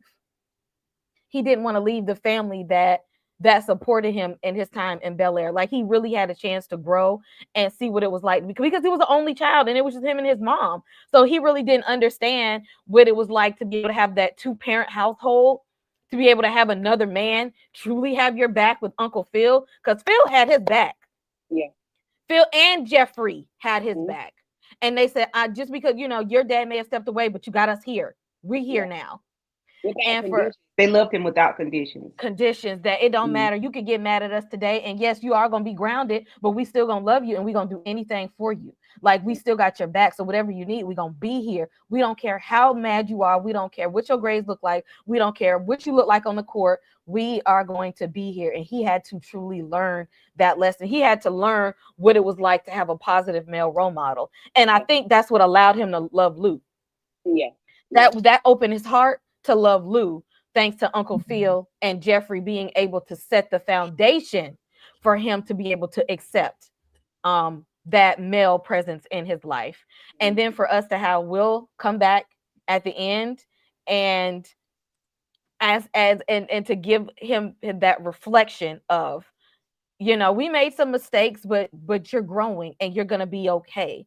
Like, I wish, like, myself in the future could tell my younger self, like, you're gonna be all right, to calm my anxiety down. Like, tell me, am I gonna be okay for real? Like just give me a nod to say I'm on the right path, so I'm gonna be okay. Like, that reflection of Will and Carlton and Jazz standing there and just kind of like overlooking the city and letting each other know, like, we're always going to be friends, like we're going to be boys forever. And then letting Will just have his one final goodbye, and Will giving us the cameo that we needed.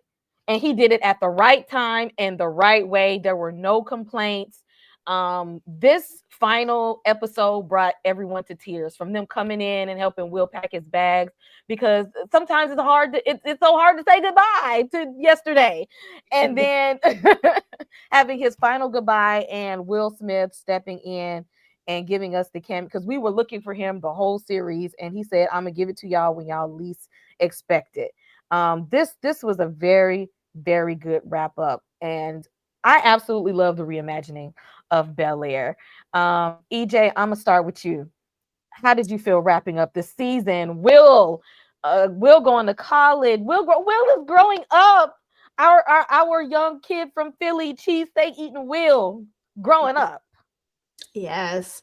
This was dope. This was really, really nice. Again, I loved Bel-Air. I thought they did such a great job at this reimagination. I think Jabari Banks like embodied this whole Will Smith character. I think he did a great job.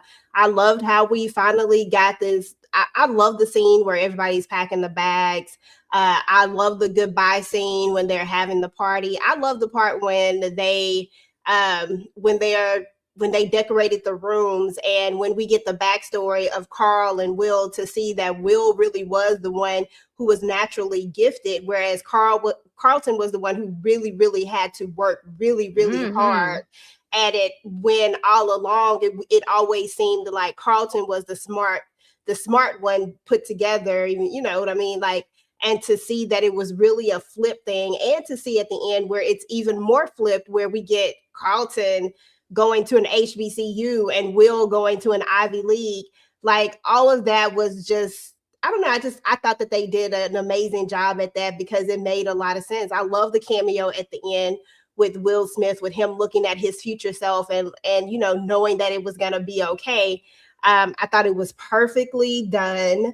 I love that he and Jazz, I love the fact that they finally brought up the fact that Jazz is a grown ass man with this damn teenage best friend. Because I was like, is anybody ever gonna really talk about that? Or are we just gonna just ride? You know what I'm saying? Right. Like, And I think because, you know, in the show they were about like the same age, but I think that they did that so that he could have that mentorship, because Will was wild.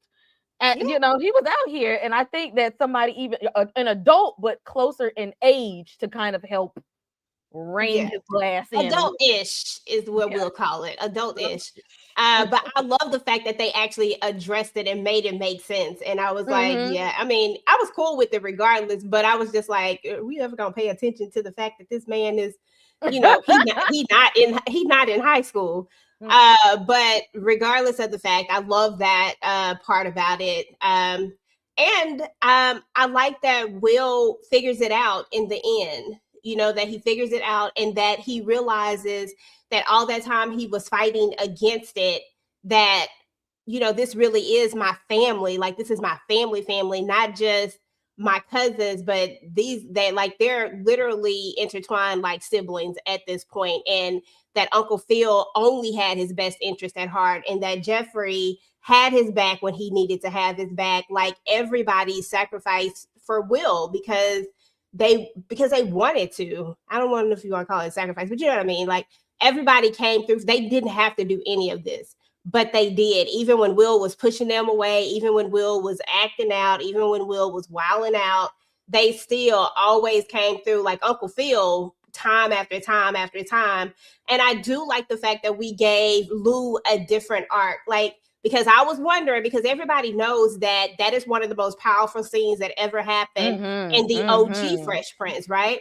That, for all intents and that was a comedy, and a lot of times we laughed at the show, but that was one of the times that you really, really was crying. And I was like, are we finna do that again here? Are we finna give Lou a different path? And I like that we gave Lou a different path and showed that there is a path to forgiveness, and that it doesn't always have to be a negative connotation tied to it. Like, it started out that way, but that there can be, like, you don't always have to, like, it doesn't have to stay that way. Like, there can be forgiveness, and people can move forward, and it can be positive, right? But at the end of the day, Uncle Phil was always a constant in his life, and Uncle Phil is still that father figure that he needed. But Lou also is somebody that he needed too, because he is his real father. But not only that, he's willing to open up his heart and give him a chance. I liked the arc of it. I wasn't sure how I was going to feel about it at first if they had did it a different way, but I did like that. And I think Marlon Wayans was excellent for Lou. I'm so glad that they went that route with it. And then as far as everything else is concerned, I love that Will made a different choice. He made a different decision. He didn't just go with the school that accepted him, but he wanted something more for himself. And I like that about him. I like that he was always concerned about his future and trying to make sure that he had one. So well done, whoever created and did all of this. I can't think right. I don't remember the names. I know there was one guy who brought the idea and then other people who brought it to life, but well done to all of it. Everybody who had a part in this. It was dope. Yes. Somebody in the chat. I need y'all. I need somebody to do some research because there is the gentleman that came up with the concept of Bel-Air reimagining, and he put out a trailer for it years ago. Yeah, and, I saw that trailer. Yep, and Will Smith saw it. Some producers saw it, and they said, "Let's make it happen." Somebody find that young man's name, because I cannot think of his name, but I definitely want to give him credit for him thinking of the concept, because I'm so glad he did, and it sat with him enough that he made a fan trailer, and you just never know where your ideas can take you. Yes. You just never know what your creativity can do. Morgan Cooper. There it is. There it is. Morgan Cooper. Morgan Cooper. Thank you, young man, for that. Thank you so much for giving us Bel-Air. Shine a light on him.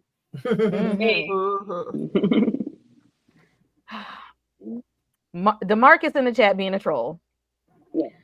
Aunt Vi was trying to control Will through Lou, and threw Lou under the bus. I mean, yeah, Aunt Vi wasn't the best partner with Lou there in the beginning, because Lou really went to jail because he was trying to get heat in the house or something. She said the house was cold, but they was rocky relationship and young and whatnot. So I really don't even feel like Lou should have went to jail for that. That's just me. Girl, you can't survive, okay? Lou was trying hard out here for a pimp. Exactly. Lou was just trying to get the money for the rent. Right. Lou was just trying to take care of his child. And Vi had put the pressure on him. Now, I'm not saying that you go do criminal activity, but that's exactly what you just said, Kate. You said it's okay. I'm just joking. But sometimes for your children, okay, some people, you got to go the extra mile. Okay. I'm not mad at Lou. Okay. Phil, if anything, Phil should got his ass out of jail. Helped him get out sooner for doing that. I said, but yeah, and it doesn't mean you have to, because Aunt Vi over here talking about Lou been calling. Girl. Yeah, they could have left that part out. Girl. They really could have left that part out, honestly. That's the I don't only think part she's gonna get back with them now. Sure. Like, live your life. I liked her saying she had different friends. She had a list that she could choose from. She wasn't just going to sit there with just Mr. Gerald. I ain't mad at that. But even Lou calling too, no, girl, hang up the damn phone. Okay, block him. The only one he needs to be calling is Will. Like, no. Exactly. I don't about him and Will's relationship getting stronger. Her 304 phase. I disagree. She has not been a 304. She is being a woman of a certain age. That means she having sex with the man. That means she's just, entertaining Lou for whatever reason. I don't think that's a 304. I really don't. She is an empty nester, and she's trying to have a life for herself. Yeah, Mama gotta have a life too. Right. I didn't have no problem with none of that. The only thing she irritated the hell out of me, I said, don't come in here with that foolishness, ma, is when she was cutting Will off when he's telling her about the decision and she hung up in his face. I thought that was out of pocket, and I thought they could have left the Lou situation out. Other than that, live your life. You did what you was needed to do. Your child is grown now. You said you focusing more on you taking your dancing lessons, you out here in these streets. It is what it is. Right. Tamika, your thoughts on Will?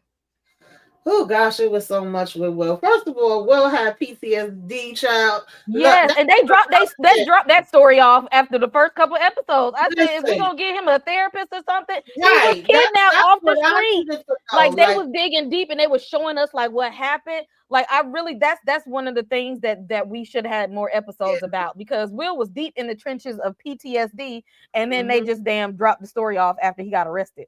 Like we don't talk about it no more. Yeah. That part was kind of frustrating, because the biggest thing that I remembered, and it was so funny because I think some people saying, when did Will get kidnapped? I don't remember that part of the story. And I'm like, that's the one thing I did remember. Some of the other stuff I didn't. And I kept saying, like, I hope it ain't going to be no time jump, which it was. And I was like, I hope we ain't going to act like this just, didn't happen.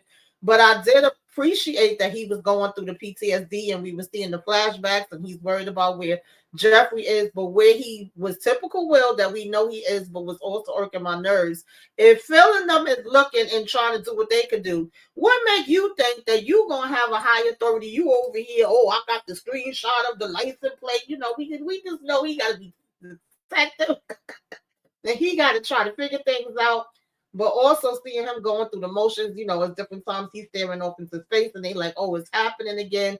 I didn't understand why we didn't have him in therapy. I'm just saying, I definitely agree with that part because we knew that it was an issue and he wasn't really, you know, over it, which going through something like that, I wouldn't be over it either. And we don't know where Jeffrey is at. And then you decide when you get the information that you're going to be, you know, sitting out in the car staring and coming out in the dark with a damn bat like Beyonce beating up the car. I'm like, child, like, where are we going with this, Will? What the hell are you going to really Because do? how was that processing? All I did was get your ass Exactly. arrested. Smash. Exactly. I did like that, you know, Lou showed up when he heard about it, and of course he want to be. If I want my son to get arrested, he get arrested in Philly. Listen, your damn son just be doing the damn most sometimes, Lou. But you know, he did come in with the save with the turkey, and that was so hilarious to me.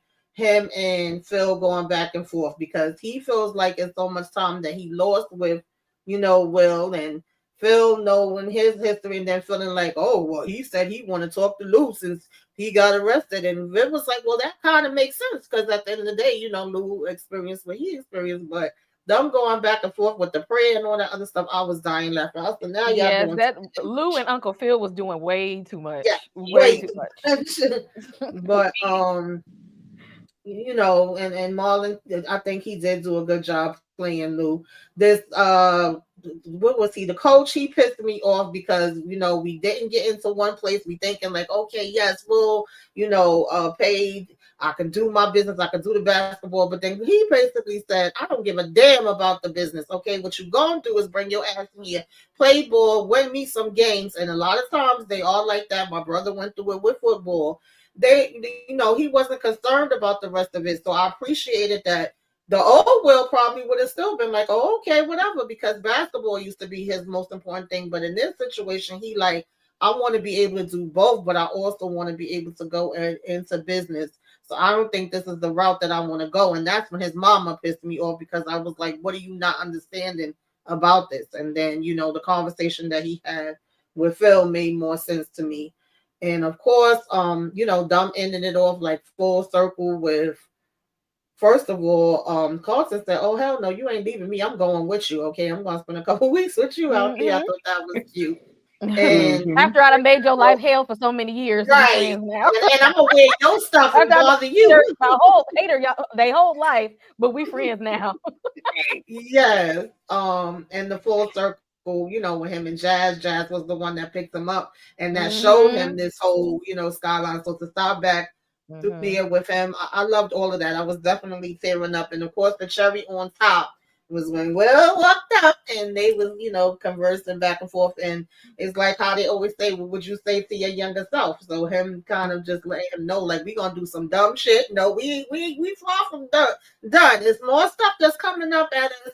We gonna act a damn fool out here in these streets. We gonna make a lot of mistakes, but we gonna be okay. Oh, I loved it. I absolutely loved it. I was like, now that was perfect. I'll take that. Yeah, I definitely loved it more. And all of them. And then when he got so emotional, because he just was saying to Mhm. Carlton and them on the beach, like, I don't like saying goodbyes. So to come home Mhm. and they celebrating him and, you know, trying to throw this party, he got overwhelmed, you know, and he Yeah. didn't want to say goodbye. And then them saying, nope, we still ain't done with you and coming in the room to help him pack after his mama even ran off with that. Because he was asking her to help him pack earlier. She was like, no, I think I hear the baby crying.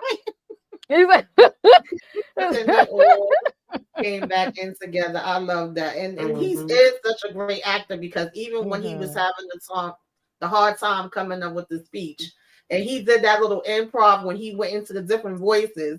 Like you knew who he was. I think he did Obama at one point. I can't remember everybody, but you knew who he was portraying when he was doing that. I was like, yo, he really is definitely good. I can't wait to see what other, you know, stuff he's gonna get out here into. Very, very talented, Jabari Mhm. Banks. Yeah, I definitely hope that we see him in more things because he definitely he. I can see he can immerse himself in a role, and those are the actors that I really like. Like Yeah. if we gonna be in there, commit to the role. And Mm. he definitely did, and gave us the spectrum of emotions. Like he played, silly Will. We got to see him in Carlton, dancing and stuff. We got to see his athleticism. We got to see him. He's very talented. Like he was playing the piano. We've Mm-hmm. seen him in the season. Um, and I like somebody was saying like Will was the one that was just like naturally talented. Like he don't have to work hard to just be that guy. Will is him. Like Yeah. like Will was really him, and he didn't have to work hard to really be him.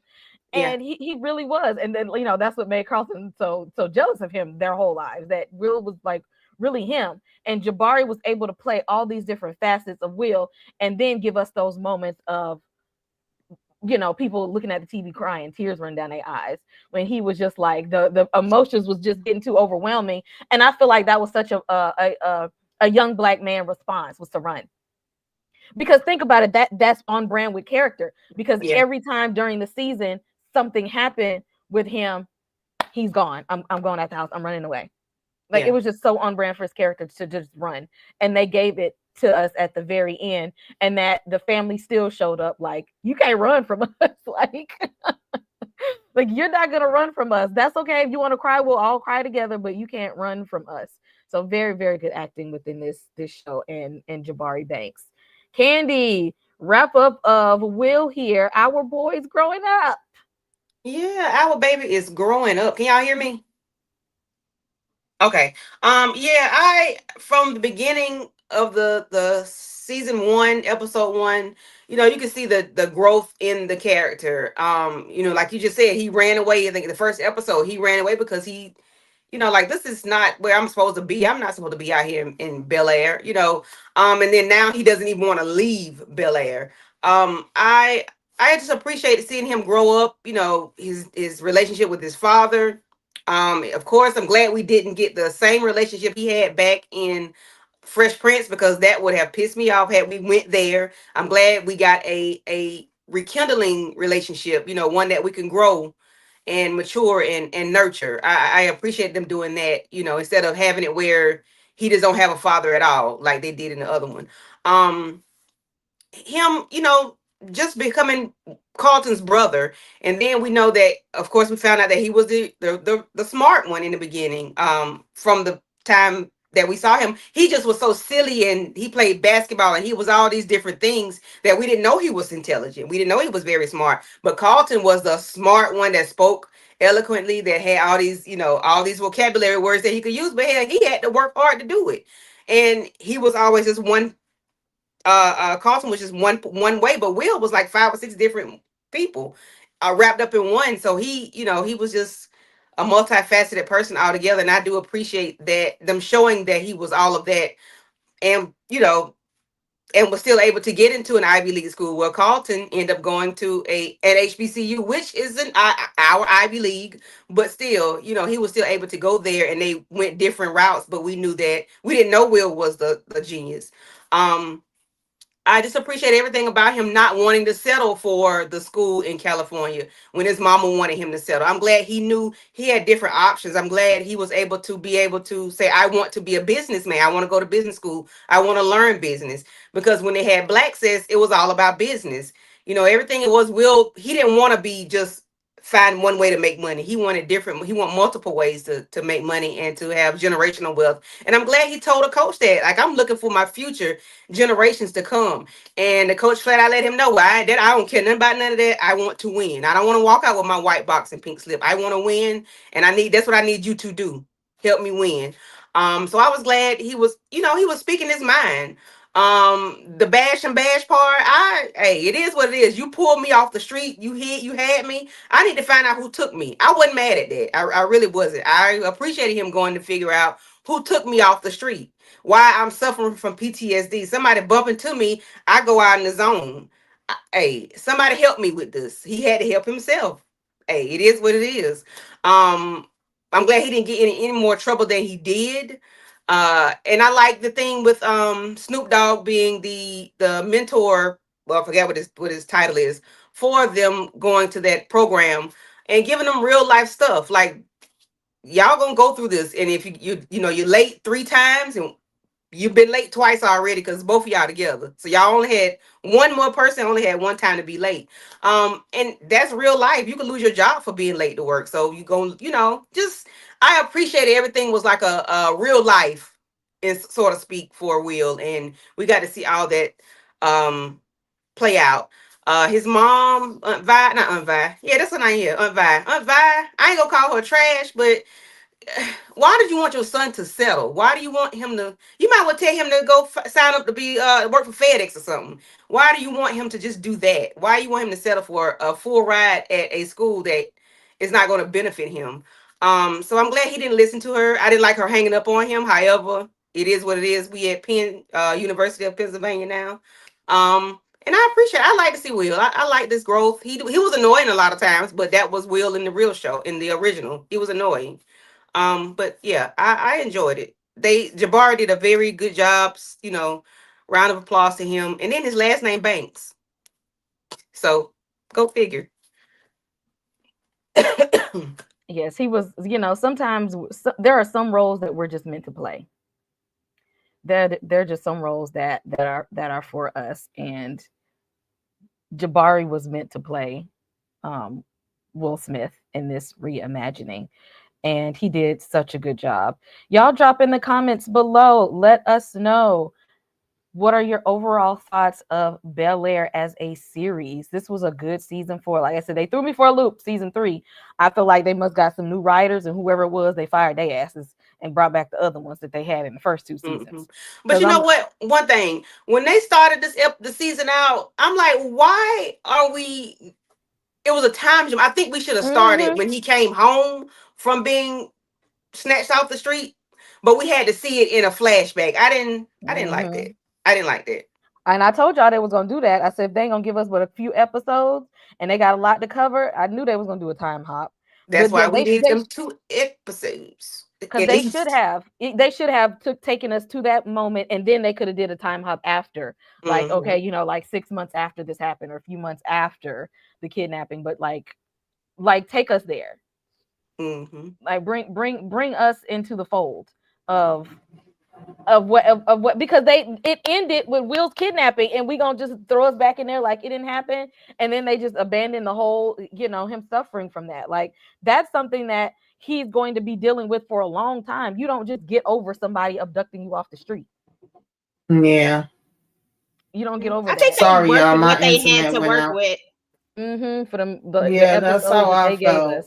Yeah, and I think I mean, even though like they could have done more, but I think like if the network says you only get 8 episodes, you do what you can in those 8 episodes, even at the risk of maybe not giving a full story. I think they still did a really good job throwing in the flashbacks. I do agree with the abandonment of it because I don't feel like there was a resolution. I felt like he just like we just assumed that he got over it after Jeffrey came back, and that the problem was not knowing if Jeffrey was alive or not. Like that's how I took it. I took it like, okay, so Will's issue was more so of I left Jeffrey, and now I don't know if he's alive. But as soon as he saw that he was alive, when Jeffrey pops back up, we no longer see the flashback. So I took it as that was the issue, and now Will can move on because he knows that Jeffrey is okay. That's how I rationalized that. I don't know if that's what they was going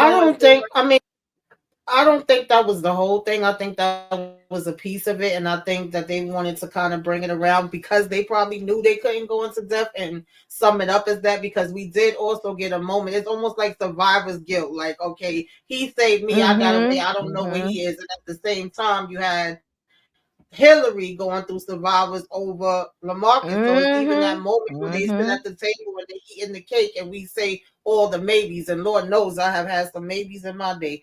So I definitely was able to relate to that. She's saying maybe if I would have dialed 911 quicker, if I would have did this or that quicker, he's having his maybes. And whew, Lord, you could say 1,000 babies, but nobody knows because this is the way that it went. So that was also like a learning experience for them. And her being able to, go to Costa Rica was kind of her way to get through it. And yeah, when Jeffrey came back, and then Jeffrey even knew what they did with the car and was like, "Don't go your ass out there doing nothing else," and tried to cover it. But of course, it ended up coming back around. Yeah. Yes. They gonna need a man like, because Jeffrey was a savior to this damn family, Yes. because he definitely was one. But yeah, that was the moment at the beginning of the first few episodes where Hillary and Will both had their grief at the same time and their survivor's guilt, because they're both sending their feelings together. Because Hillary is, I'm upset because I could have checked on Lamarcus's health. I knew he had this health problem. I should have been more diligent about making sure that he was healthy. I should have checked in on him more. I should have, been spearheading, making sure that he was healthy and in good shape. And, maybe we should have been more closer to a doctor. Maybe we were too far away from the hospital. And Will is like, I shouldn't have left Jeffrey, and maybe they did something bad to him. Like maybe that he's hurt because of me. Like I shouldn't have been, because Will was being nosy Will snooping around, and they snatched Will up when they probably should have just went on ahead and take Frederick, and was like, maybe if I wasn't being so nosy and meddling in grown folks' business, I wouldn't have got snatched up. And then when Jeffrey came to save me, he told me to run, and my black ass ran. Maybe I could have stayed back and fought. No, you couldn't have, Will. You couldn't. No, you definitely couldn't. Yeah. And Hillary, Lamarcus shouldn't have been out there playing more football after he was in the hospital that first time. He should have sat his ass down then, and he kept going back thinking that he's Superman, and he wasn't. But see, that's what Hillary, I think she got her tools and her therapy and Costa Rica when she left. But I wish they would have let Will have a piece of something healing. But I guess him seeing Jeffrey was enough to be like, my bad that I left you, but you all right. You're gonna be good. But y'all drop in the comments to let us know how are y'all feeling about this season as a whole, and then bringing the show to light. And also I want to know any ideas of what else they should do. Like we got a good reimagining of Bel-Air, and we know some things they just shouldn't touch. But if they should touch something else, what should it be? What can be a good solid reimagining? How can we take a sitcom and make it into a well-written, well-produced, well-styled, well-acted drama series for the culture? I don't know, child. Y'all know how I'll be feeling about that. I'll give them their props when they do it right, but baby, some of these things I need to stop it. But I am looking forward to the whole a different world we got coming up. But we see that mess they put out with that Good Times, baby. People got that shit up out of here quick, fast, and in a hurry. Okay?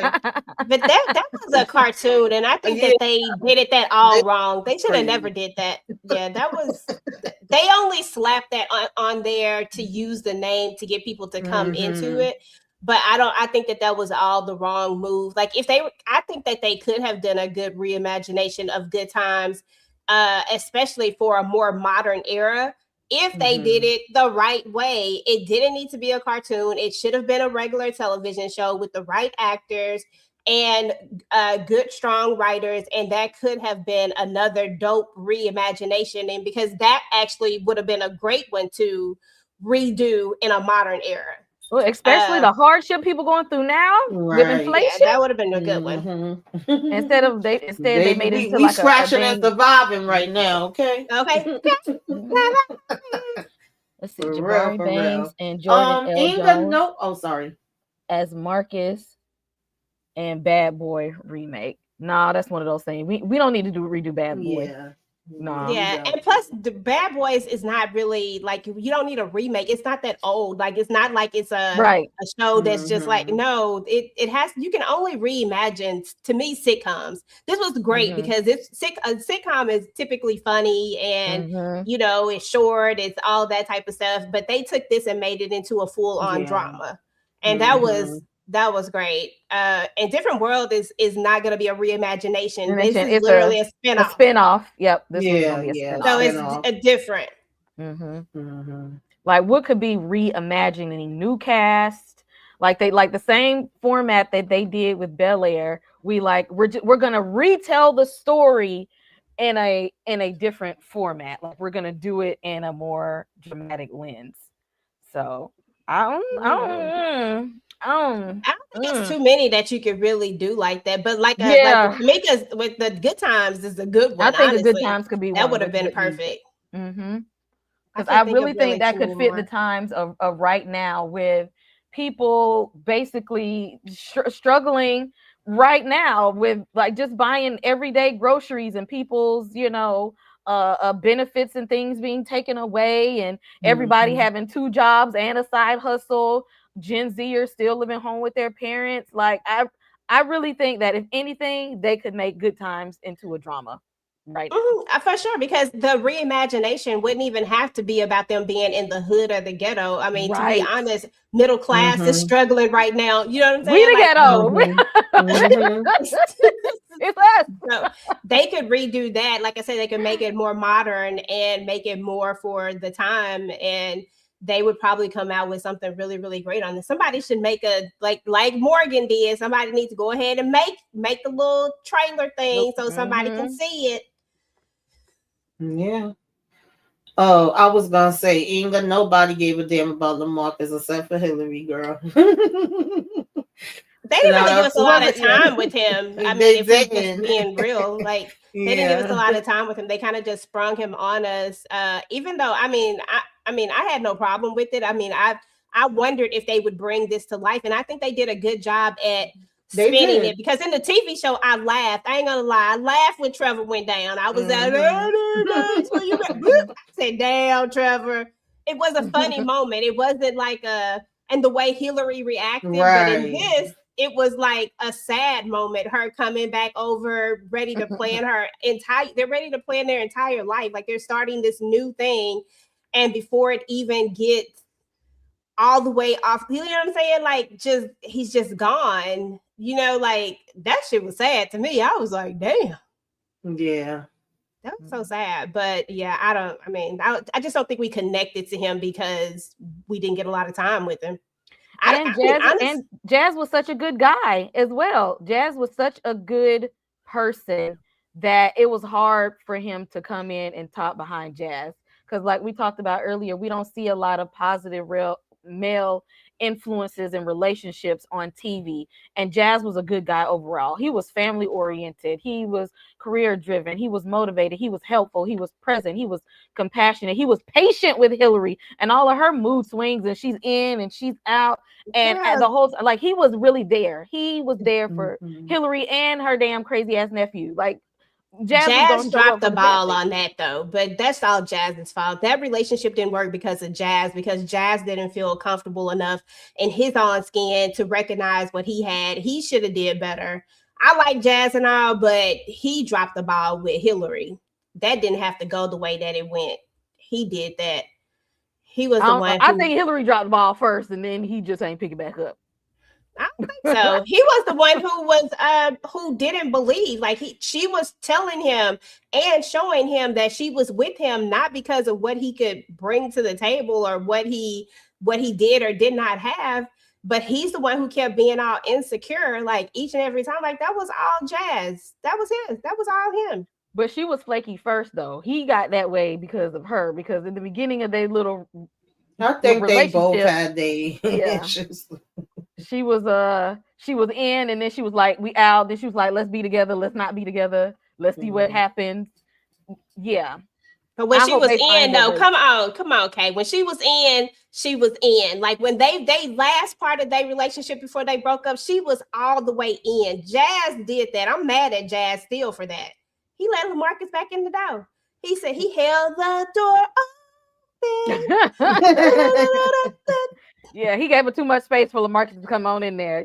That's what that's why we needed a good wrap up, because I want them to find their way back to each other. And I don't want no reboot of Living Single. I don't.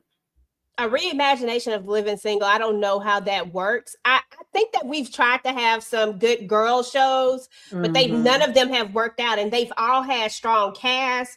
They've all had really I don't know. I guess I like Harlem, but But that other one that they tried to do, I don't know. I ain't gonna Run the hate on them. world.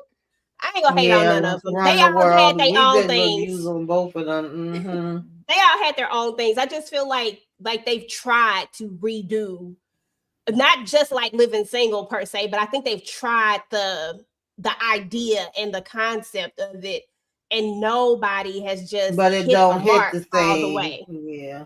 Yeah, so I don't think I want them to mess with such an iconic thing like Living Single, because I don't know. That's a hard one. Yeah, everybody can't do it, y'all. Okay. That's a hard one.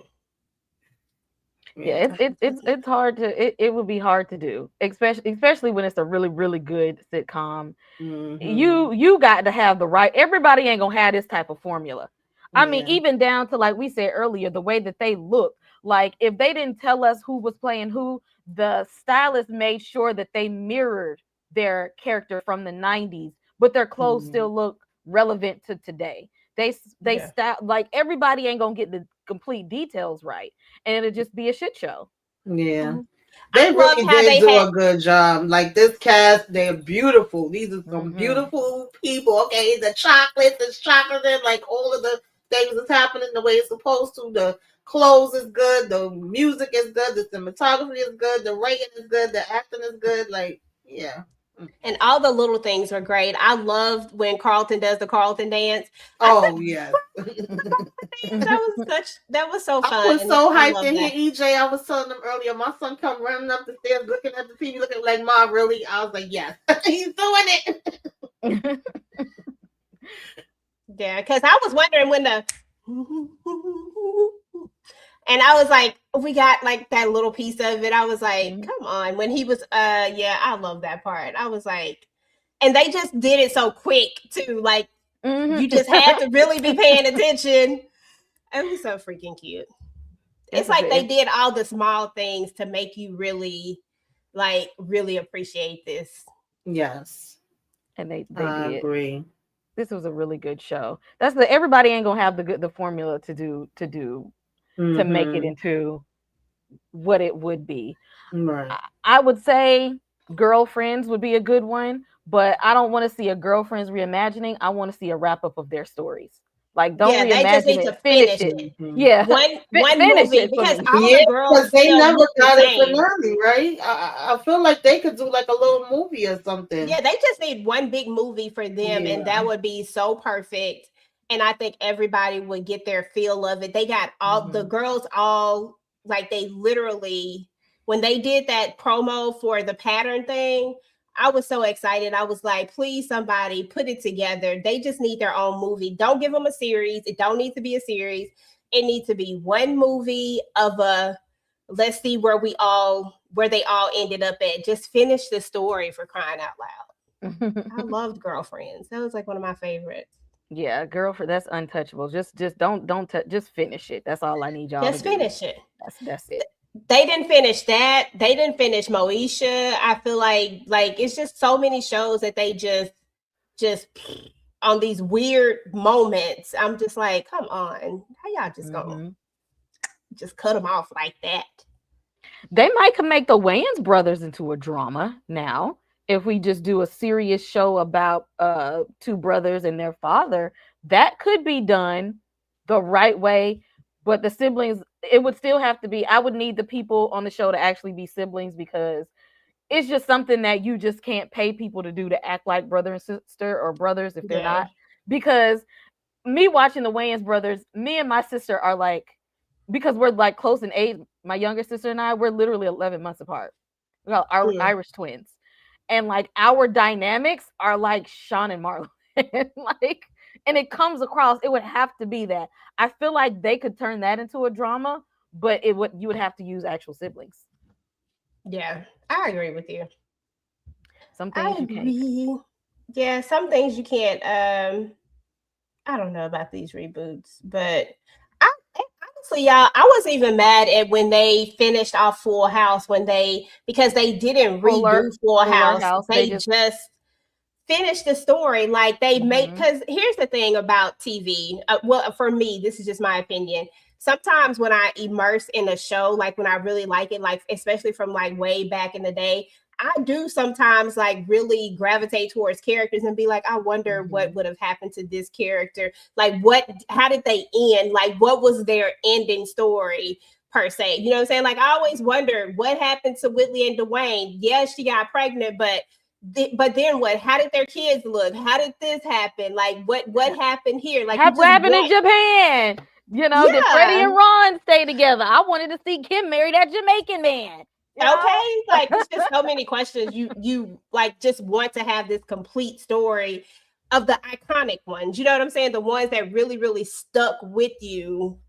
And sometimes, you don't get that. So when they do some of these things, you just want it to be right. Like I said, I had no problem with Fuller House. I thought it was actually pretty genius how they finished it, like how they gave us a glimpse into the future versus trying to redo something, because I'll never forgive them for redoing Charmed.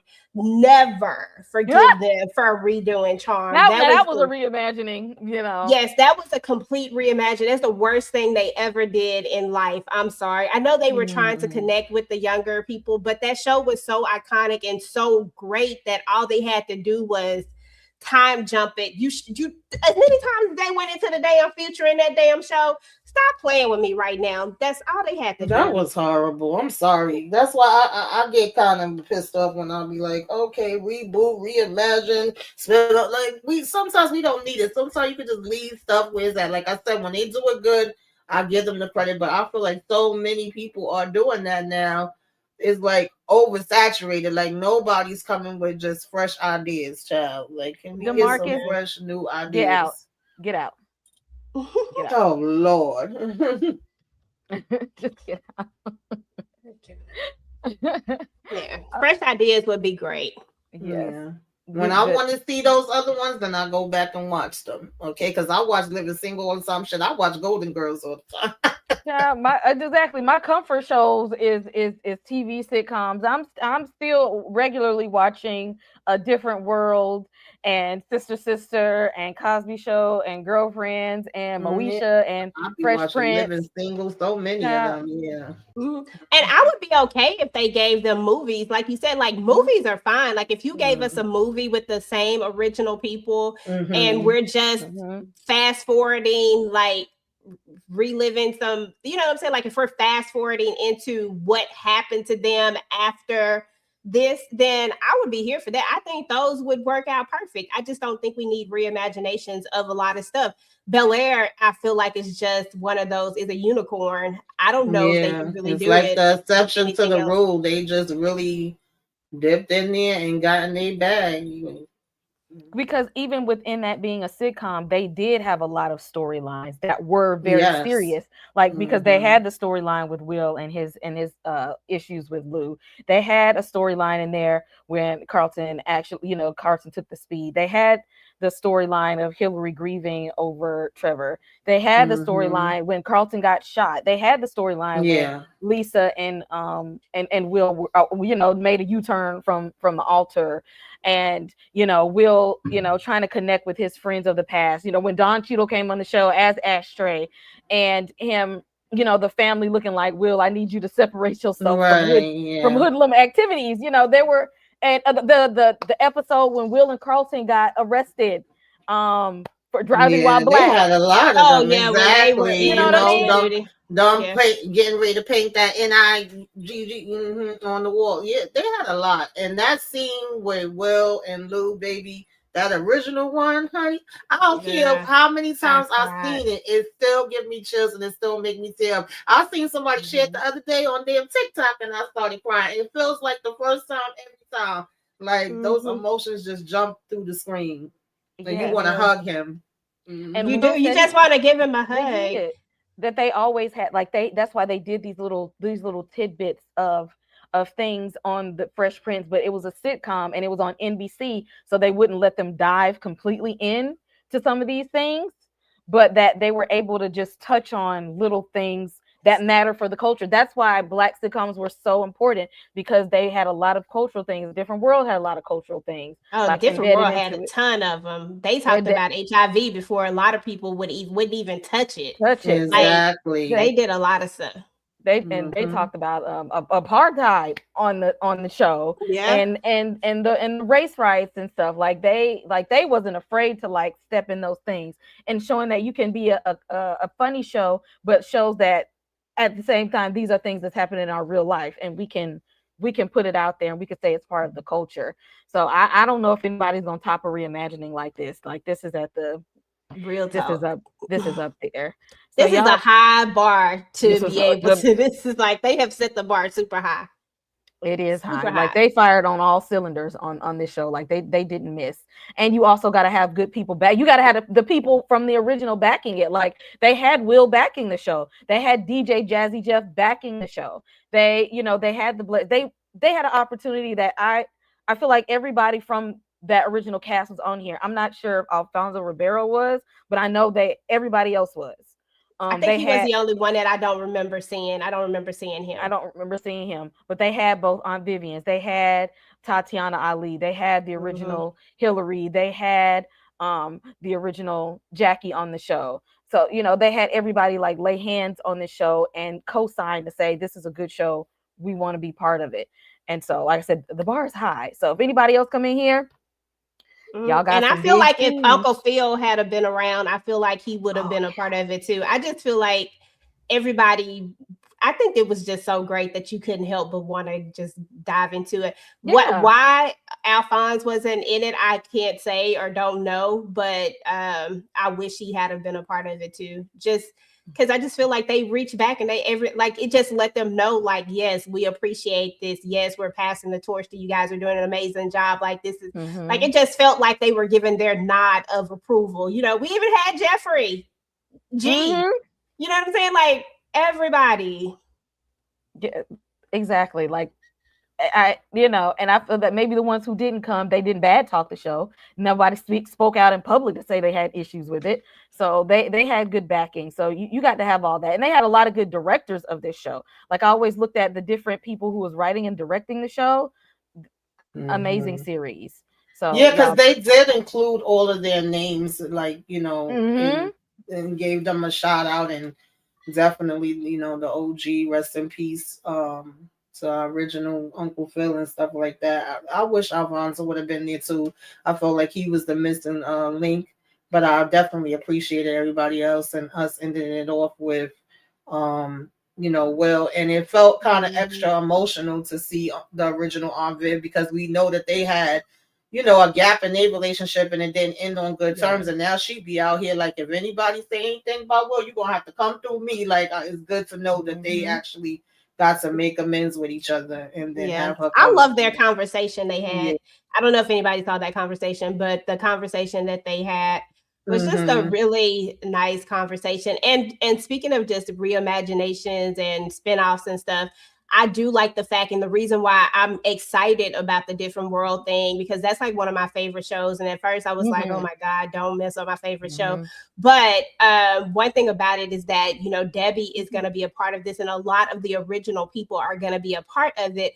And I think that that's going to make a big difference in it. And you have, none of the cast is saying anything about it. None of them are saying anything negative about it. So I think that, like, although this is a unicorn and it's in a reimagination world, I really hope we get another unicorn in the spinoff world. Like, I really want this spinoff to be great. I definitely got confidence knowing Debbie Allen is there, because Debbie Allen turned around the original Different World when she came in. So I have all the confidence there. Yeah, Alfonso, he do kind of feel like he got stuck in that Carlton character too. So he does try to separate himself and do other things. I know he's spoken out about that, but still, I mean, you could have came in here and been, one of Noma's henchmen or something. You could have had a completely different. I get it though, but I mean, look at G. G was listen.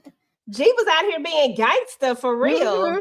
Running a whole cartel. Okay. And can we just talk about the fact that they made Jeffrey gangster, like real gangster? Like, come on. Like, that was like the best Yes, twist on a it really reimagination Right. was. ever.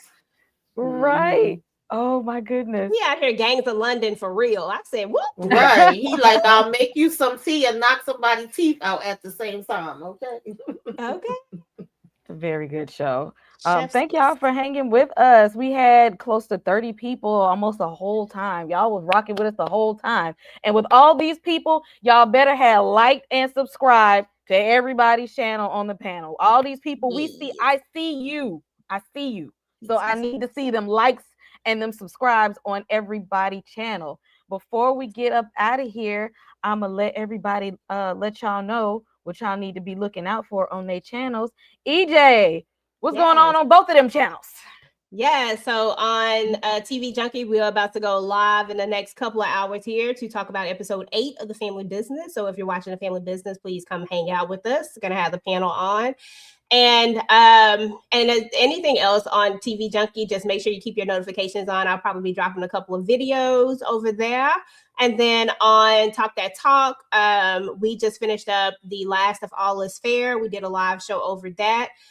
Please check that out. We dropped our reaction for Welcome to Dairy. Welcome to Dairy.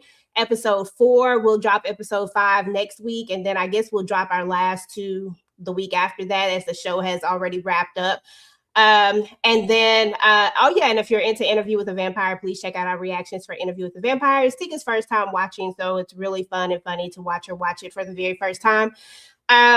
So definitely check those out. And then we had a couple of other things that we did over there on the channel. We also did an original documentary over D'Angelo. So please check that out as well. Love D'Angelo. And so we just wanted to do something nice. And we'll be dropping another one this month, but we'll be doing Waiting to Exhale. So I'm excited for that. So just make sure to turn your notifications on, y'all, and do all the things. We got a lot of stuff coming on that channel as well. Thank you, EJ. Busy and booked. Tamika, what's going on in the den? Yeah, I'll be joining EJ later to talk family business. Ooh, child, we getting down to the get down, okay? And then tomorrow I think is Pluribus, and it'll be the season finale of Welcome to Derry with me and Monique 69 Ways. Oh Lord, my nerves is bad about that one. I think Inga's going tonight after the episode to talk about it. So if y'all not subscribed to her channel, go over there and subscribe to her. Go over and subscribe to Miss Kira Speaks. I don't know if she made it to 500 yet. We was trying to get her to 500 and beyond. Okay, go hit her up. And then y'all know Sisters Finale Child, the Oval. Every time I say that, I sound like I'm just dreading. Yeah. And I'm gonna try to put up some other videos. You know, I haven't really been doing my own recaps. I've just been joining the conversations of it all. So I'm gonna try one of these days. Just keep your notifications on just in case, so you know when I do, and hit the like and subscribe on all the channels. And thank y'all for watching. Appreciate it. Yeah. Make sure that y'all go subscribe to Candy's channel. She had to cut out early. Mm-hmm. I forgot exactly what she had going on this week, but I know for sure that, you know, she's doing this tomorrow. Tuesday, me and her do the Oval. Wednesday, we do Sisters. I know that for sure. Yeah. So definitely check those out, guys. Please, please, and thank you. Yes. Wrapping up Welcome to Dairy this week. Pluribus this week. Trying to do a theories video for Stranger Things to prepare for volume 2 next week, and I'll be back for Force this week. And y'all know, okay, I've been taking my precious time to get my Five Nights at Freddy's 2 review out, but I'm gonna do it. Okay, I done watched it twice. I'm just procrastinating on it. I'm gonna get it out though. I'm gonna get out there one of these days this week. It's coming. But thank you guys for joining us, and I'm glad you all enjoyed Bel-Air. So did we. We had to take a minute for it because this is it. No more Bel-Air. So thank you, Peacock. Thank you, Will Smith, for allowing your show to be reimagined, and the guy Morgan Cooper for sharing his ideas of a reimagining to the world. It was a really good series. And thank you to the panel for showing up here and talking Bel-Air with us. And y'all gonna see us throughout the week. Again, hit your notification bell so you can see when Tamika drops stuff, when EJ drop stuff, when Candy drop stuff, when I drop stuff. Thank you all so much for being here. And we're going to see y'all in the next video. I can put you in a log cabin somewhere in Aspen. Girl, ain't nothing to the pain, ain't tricking if you got it. Go to the police, not now. He's made sure of that. Put you in a He's mansion out there and he's watching us. somewhere in What are you waiting for, huh? Like I said, ain't nothing to the pain. We can change the last name. What's happening? Cause you look so good. Tell me why you wanna work here. I put you on the front page of a King magazine, but you gon' get yourself hurt here. Hey, baby, I brought you in the back just to have a conversation. Really think you need some ventilation. Let's talk about you and me. Oh, We I go can't from believe it. taking Kel to the hospital to catching a goddamn snake. I think she want me. Nah, I can't leave her lonely. No, ooh, I can't believe it. Ooh, she out on me. Lay low until he knows you're alone, and then he's gonna come after you. I can't leave her lonely. No, and you don't understand. She made the people say yeah. Abraham Whistler. Yeah.